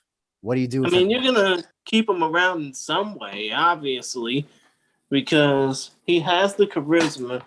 He has the capability to bring about the fans to the masses. But he's 6-7. Even though he is 6-7 overall, I still kind of think that you're gonna need to use him for something. I mean, if anything, he'll just probably go back to deep and fight there, or fight on the landmark card, so to speak. Jay Wolf, I'll ask you the same question. What do you do with Hagiwara next? Well, I want to see him match up against Ren again. I mean, if Ren's going to lose his next matchup, I don't think that fight's going to happen. I really don't think that fight's going to happen. Really? Why not? Ren is not focusing on Hagiwara anymore. He's focusing on the Mikuru fight at this point. Oh, okay. So you think Ren wants to match up with Mikuru instead of Hagiwara? But, I mean, dude, Ren has got to win then his next bout. Otherwise, why would you match him up against a stud like Mikuru? I think he has a good chance to win the next fight. I really do. Yeah, I hope you're right. Everybody's counting him out though, saying that he's gonna lose because Dominator is a good grappler and whatnot. I mean, but I hope he pulls the upset off and just. I hope so too. But so okay, if Ren can't happen next, what do you do for Hagiwara? Okay, match him. Okay, you got to match him up against a striker next, a primary striker. Suzuki was a striker. This is okay. Well, Suzuki obviously has some grappling. He has some grappling. So maybe how about Beino is probably too heavy for him, isn't he? No, yeah, that's Beino is lightweight. Okay, yeah, so that's too heavy for him. Okay, give me some other strikers then that you can match him up with. Good question. Who's still fighting at 145? That's a striker. That would be good. Okay. Well, while I'm thinking about that, what do you do with Chihiro Suzuki next? How close is so? What do you do? Yeah, what do you do with him next? Who would be a good ample opponent for Suzuki next? Dude, you gotta move him up the ladder. Absolutely. I mean, he is just. I mean, he's one of the top kickboxing crossovers now. I mean, yeah, he's actually winning a lot. Now he's 8-3. So I mean, I don't know. Is that 145? There's some good matchups for him, and I definitely think it's step up the ladder. I mean, I don't know. Here, I'll tell you right now. So right now, what about Yutaka Saito? We have not seen him since he lost to Mikuru last time, the second fight, and his fight last year. That might be too big of a step up for Suzuki. I mean, Yutaka Saito, he was former champ. You know what I mean? So I mean, but also he's on a 3-fight losing streak. He lost to Juntaro Ushiku twice, and then he lost to Mikuru again, and that's 3-fight losing streak. So what do you do with Saito? I think Saito would be a sufficient opponent. I really do. Really? Okay. Well, then book it. If you think that's a good one, then book that match and do it. I just think that Saito is too much for him at this point in his career. Because I mean, Suzuki only has 11 total mixed martial arts bouts right now, according to Tapology. So I mean, but he has shown excellent all around skills. I mean, he's been choking out these guys, you know, and so it's just, I mean, I don't know if you want to do that matchup, go ahead. Even though he's a former champ, Saito, I mean, if you think that because he's on a 3-fight losing skid, okay, that's a definite bump up in competition for Suzuki. So, okay, yeah, go ahead, book that one. Oh, wait, hold on. Suzuki against, you mean Suzuki versus Saito? Yeah, that's what you were talking about, right? No, I was saying Saito versus Hagiwara. Oh, you want Saito versus Hagiwara? Yeah. Dude, I don't know about that one. That'd be way too much for Hagiwara to handle. I mean, Saito's a former champ, bro. But they're also both on losing streaks, and it's a good test to see where each fighter is at this point. Where can Hagiwara defeat a former champion, or does Saito is he still fighting at the level? I think that's too much for Ren. I mean, I'm sorry. I think that's too much for Hagiwara right now. I thought you were talking about Suzuki in that matchup. So I mean, no, Saito's a former champion. I mean, Hagiwara has got to show. I've got that Ren matchup on my mind. I think they should do another one of those eventually. Why not Ren versus Suzuki? They both win their fights. Rematch them. Okay, yeah, there you go. Rematch them, I guess. But I think the bigger matchup is with Hagiwara for the rematch. Well, I'll say that. So the guy who's been on the streak in RIZIN, don't forget Yoshinori Horie, the man with the magic hands. So Jay Chris, I'll throw it to you. So yeah, what do you think you do with Suzuki next? I think you can do Suzuki versus Horie, and whoever wins that could potentially face the winner of Ushiku and Kleber. I think. Yeah, that would be a good fight to see. But don't ever mention the Horie magic hands thing to me again. But still, though, I think that Chihiro Suzuki is in line for a title shot, though. I mean, I think that eventually, after him submitting Hagiwara, there will come a time where he will get that championship opportunity. It's just a matter of, out of Ushiku or Kleber Koike Herbst, which one do you think is the better opponent for him? Neither. Well, neither. They're both grapplers. Yeah.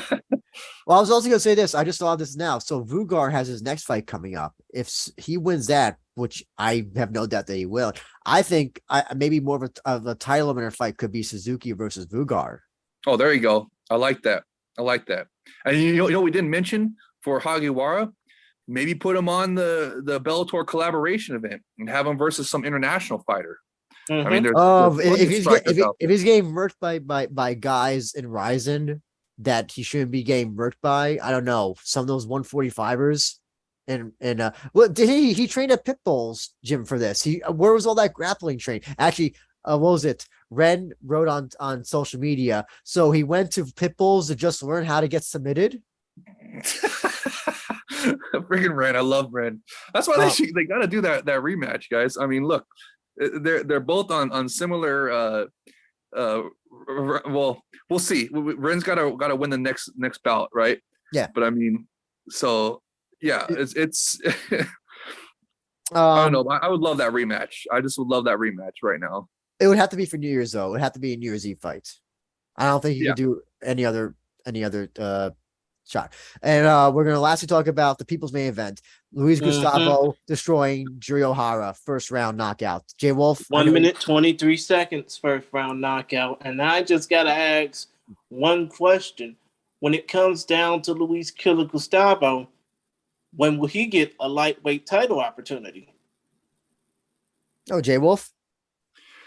Oh, I mean, to me, this was a lightweight title eliminator right here. This was, I mean, this was exactly as advertised. You know, we said it was going to be just an absolute fireworks and just, you know, a barn. I mean, it was just from the opening bell, they got after it. Okay. And, you know, it says here that it was, you know, only went 1 minute, 23 seconds. And it was just an immediate firefight and, you know, it's great action, exactly as advertised. But, you know, one thing I got to say, look, if Luis Gustavo wants to be known as the little Wanderlei, and wants to be the Wanderlei Silva's protege, he's got to start having soccer kicks and stomps and stuff, highlights. There were several opportunities in this bout where he could have soccer kicked Yuri and ended the bout. And if he wants to be known as little Wanderlei, he's going to have some of those highlights in his repertoire eventually. So if you guys want to put him in a title bout against Satoshi, isn't his just penchant for violence good enough? Isn't the fact that this guy just keeps on coming at you and like will not stop coming at you? Isn't that good enough for you, Jay Wolf? Do we need soccer kicks? Yes, we need soccer kicks and stomps, both. Not just his violence potential is not good enough. He's got to have some soccer kick highlights and some stomp highlights. Absolutely, 100%. Okay. Jay Chris, your thoughts on this fight? This fight, you mean Gustavo versus O'Hara? Yes, yes. Gustavo wrecked that boy. No, Gustavo wrecked that man. O'Hara's now 31-18 as far as wins and losses go. I don't know if we're gonna see O'Hara ever get into title contention. I think his next stop is probably gonna be either on the Landmark shows or maybe in Deep. I think they're gonna bring Jiri Ohara back. He's a fan favorite. He's entertaining. He's got a real killer instinct. I think though, yeah. So for Gustavo, so I think Satoshi's injured or he just had surgery. I think so. So he's not gonna be useful for New Year's Eve. Satoshi just got injured. He just got injured right now. No, not just like now. I think he had surgery or something to because he got injured. I think he got injured during the case rematch. And I think so. He had surgery to fix an injury. I think it was his hand or his arm. Something happened to. I forgot. I don't know if anybody in the chat's still awake with us. Maybe you know. But yeah, I think something happened. Jacob Ayers basically said Gustavo was amazing. Yeah. So let's just I think Gustavo is definitely the one who should get the title shot next. I don't think there should be none of this non-title bullshit. He beat Yachi twice. He went through Jiri Ohara, deep lightweight champion. He was semifinalist in the what do you call it, in the Grand Prix that they had a few. Right, and he lost to Patricky Pitbull. He lost to that was Patricky Pitbull's one of his big wins. Yeah. In the Grand Prix before he lost to in the final to Tawfiq Musaya.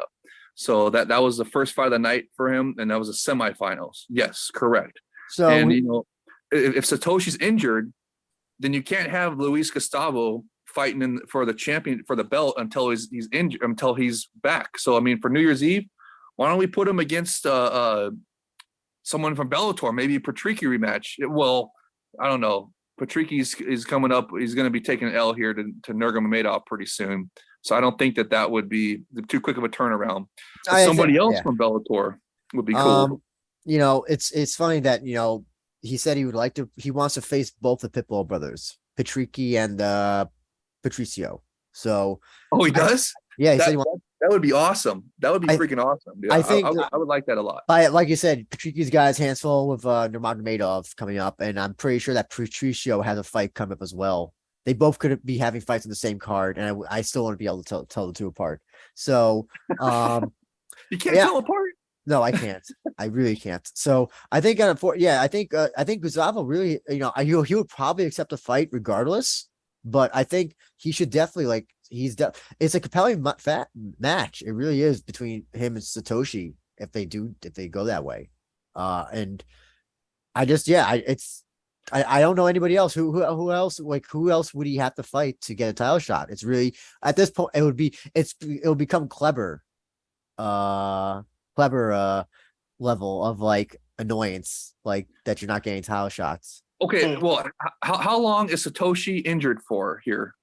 Let me see here. How long is Satoshi injured for? If anybody knows in the chat or like knows, but I swear to God, I thought somebody mentioned in the Discord that he was injured. I'm not crazy. I definitely know I saw that. So okay. Well, look, if he's injured and he has to be on the shelf for a while, then he can't. Then Luis Gustavo can't get a title shot yet.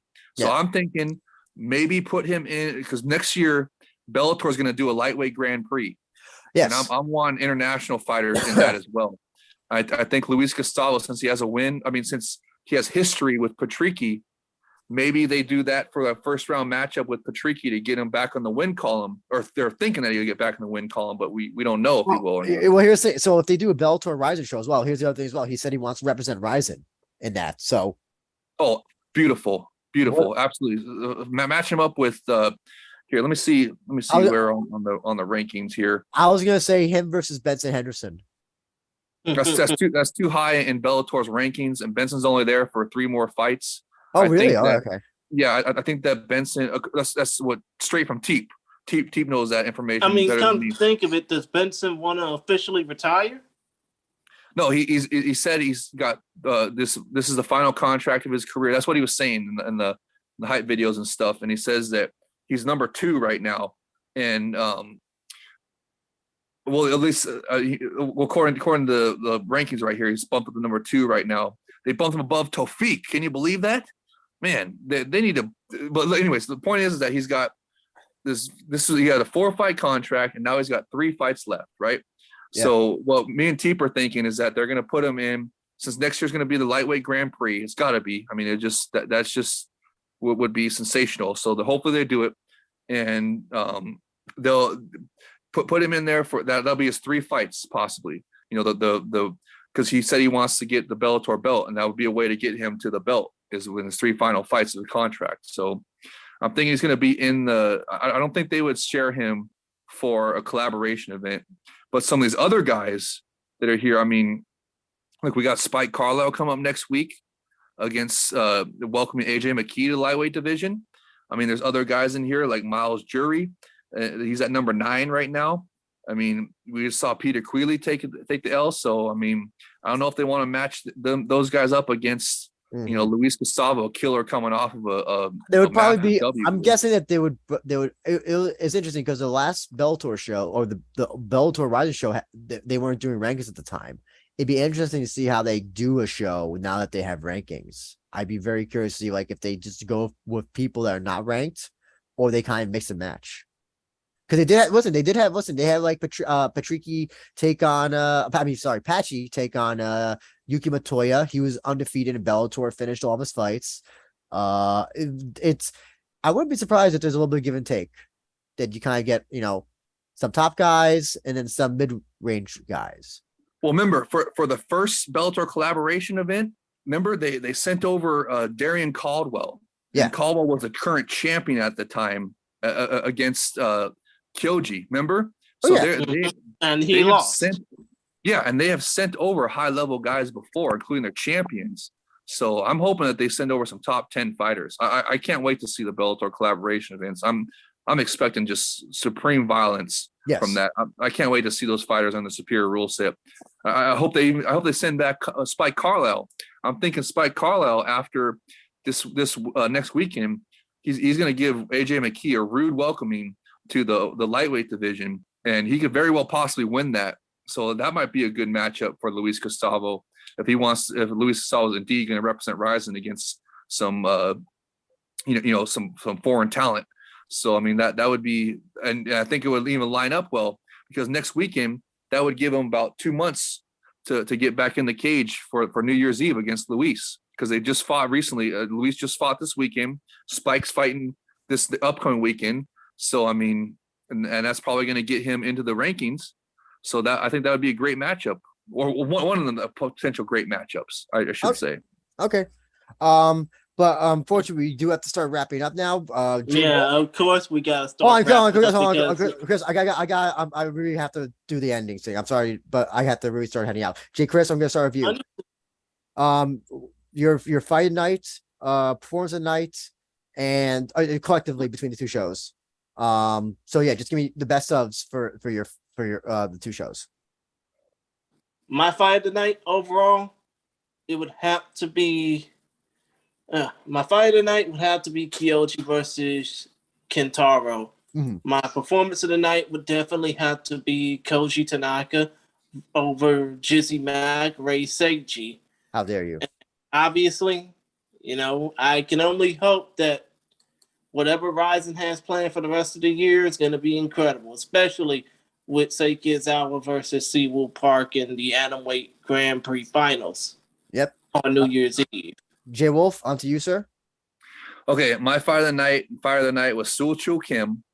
That was a great bout. That was a huge upset, beating the Grand Prix winner Oji Kubo, and they had great. There was a sequence there where it was like a dozen grounded knees. I love them pride rules, so I'm giving Soo-Choo Kim, and everyone's talking shit on his hairline, so that's why I got my hair down now for all the men that have bad hairline.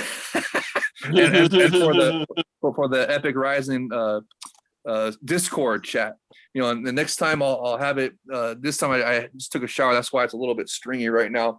So maybe for next show I'll have it. I'll do it down again for you guys, and I appreciate the Rising Discord chat. Hopefully they were tuning in, and also so it said Soo-Choo Kim was for fight of the night and performance of the night. Maybe if I can't have both, maybe I'll pick Suzuki the upset over Hagiwara, doing performance of the night as well. And even Kyoji getting back in the win column. Kentaro's not some pushover fighter. So actually, what I want to get the performance of the night too? Mikuru, for landing those strikes on Mayweather and rocking Mayweather and giving us those highlights that we got now. We got GIFs and stuff and pictures of Mayweather getting punched the dome, doing the stanky leg a little bit, even though he came back to knock out Mikuru. I thought that was some great highlights, great performance by Mikuru. And I'm looking, and I thought I did one. I can't wait to see the pay-per-view numbers. It's gonna be great. And like Jay Chris said, I can't wait for the Atomweight Grand Prix final at the end of the year. I really can't wait to see who they're gonna, like you were saying, Drew. I can't wait to see who Bellator is gonna send over. Hope that it's top 10 fighters as again. I mean, I just can't wait. It's gonna be so much fun. And the next show is coming up in this next month here, within a month. I think it's October 23rd, and I'm hoping they're gonna bundle that. I hope it's gonna still be on Fight, and they're gonna bundle it with the Epic Rising Landmark series with Rim, and I hope that is gonna be indeed in a cage, like the graphic was showing. Okay, Jay, well, sorry, I'm sending the orchestra to Okay. tell you. But Jacob has a nice comment for you. He says Jay Wolf needs a do-rag. I just didn't want to be greedy, so I took a shower. That's why it's a little bit wet right now. So next time for you guys, I'll do another hair down reveal for the Discord fam, the Epic Rising fam, the Discord and everything. So Quickly, fight night, obviously Okubo Kim, so exciting. Two performances. I'll just pick the submission win by Kyoji, and Luis Gustavo's destruction of Jiri Ohara. Oh yeah, how could I forget Luis Gustavo for a performance of the night? Good call, Drew. Good call. I was surprised that you didn't mention that. It totally slipped my mind. I'm surprised. That's absolutely performance of the night pick right there for sure. Okay. Jay Wolf, we have to start heading out now, but I want to give you an opportunity to plug everything you're doing, including the Bellator stuff you're doing with Teep. Oh yeah, tomorrow there's going to be a Bellator 286 preview on Teep the Junk's YouTube channel, Random Acoustic Thoughts, the same one he does his boxing historian, excellent shows on boxing history on, and look out for that tomorrow sometime, probably around 6 p.m. Eastern, 3 p.m. Pacific. And then also, I want all you guys, thank you for listening as well, and get into that RIZIN Discord chat with us. That's a lot of fun. That's where we watch the fights, and follow We Are Rising podcast. Follow the Focus Fight, the Focus Fights podcast with Jay Krish. Follow all of them on Twitter. You can follow me as well. I'm at JAYYOLF1. It's misspelled on purpose, so you know it's me, not an imposter. It's been that way since like 06 or 07 when I first started commenting on the boards. And if you're a real person, I'll follow you back. And just I follow back. So I mean, let's talk some MMA and have some fun. Get in the Rising Discord and follow Real Rising podcasts. And thank you guys for listening. Appreciate it. Appreciate having me on. And you know what? One thing I can say is at least the Ryzen FF Discord, and by extension, the Ryzen FF subreddit and the Bellator Nation subreddit are more cordial places to hang out in than that fucking cesspool known as r/MMA. We could agree. Absolutely 100% agree. Jay Chris, anything that you got to plug quickly? Oh, well, obviously, check out Focus Fights Audio. It's available on every podcast platform there is. And you can follow me on Twitter at ChrisGary92 and on Instagram at ChristianGary1992. Andrew, what say you? This is your show. You close it out. Benja1, my personal account, and Warrior Rising Pod for this account. And thank everybody who joined. Thank you, Jacob Ayers, for staying with us for so long. We hope you'll come back again. And we hope we can get everybody back, talking the next Rising show, Rising 39 next month. And where Jutaro Ushiku will somehow submit Clever. Just kidding. That's not good. Of course. I mean, obviously, I can't play Lenny Hart because I already did that earlier, but you close us out. Yeah, so I guess like Lenny Hart always likes to say, we are rising. Yes. That was perfect, dude. Perfect. And with that, we out this mug. Talk to y'all later. Peace.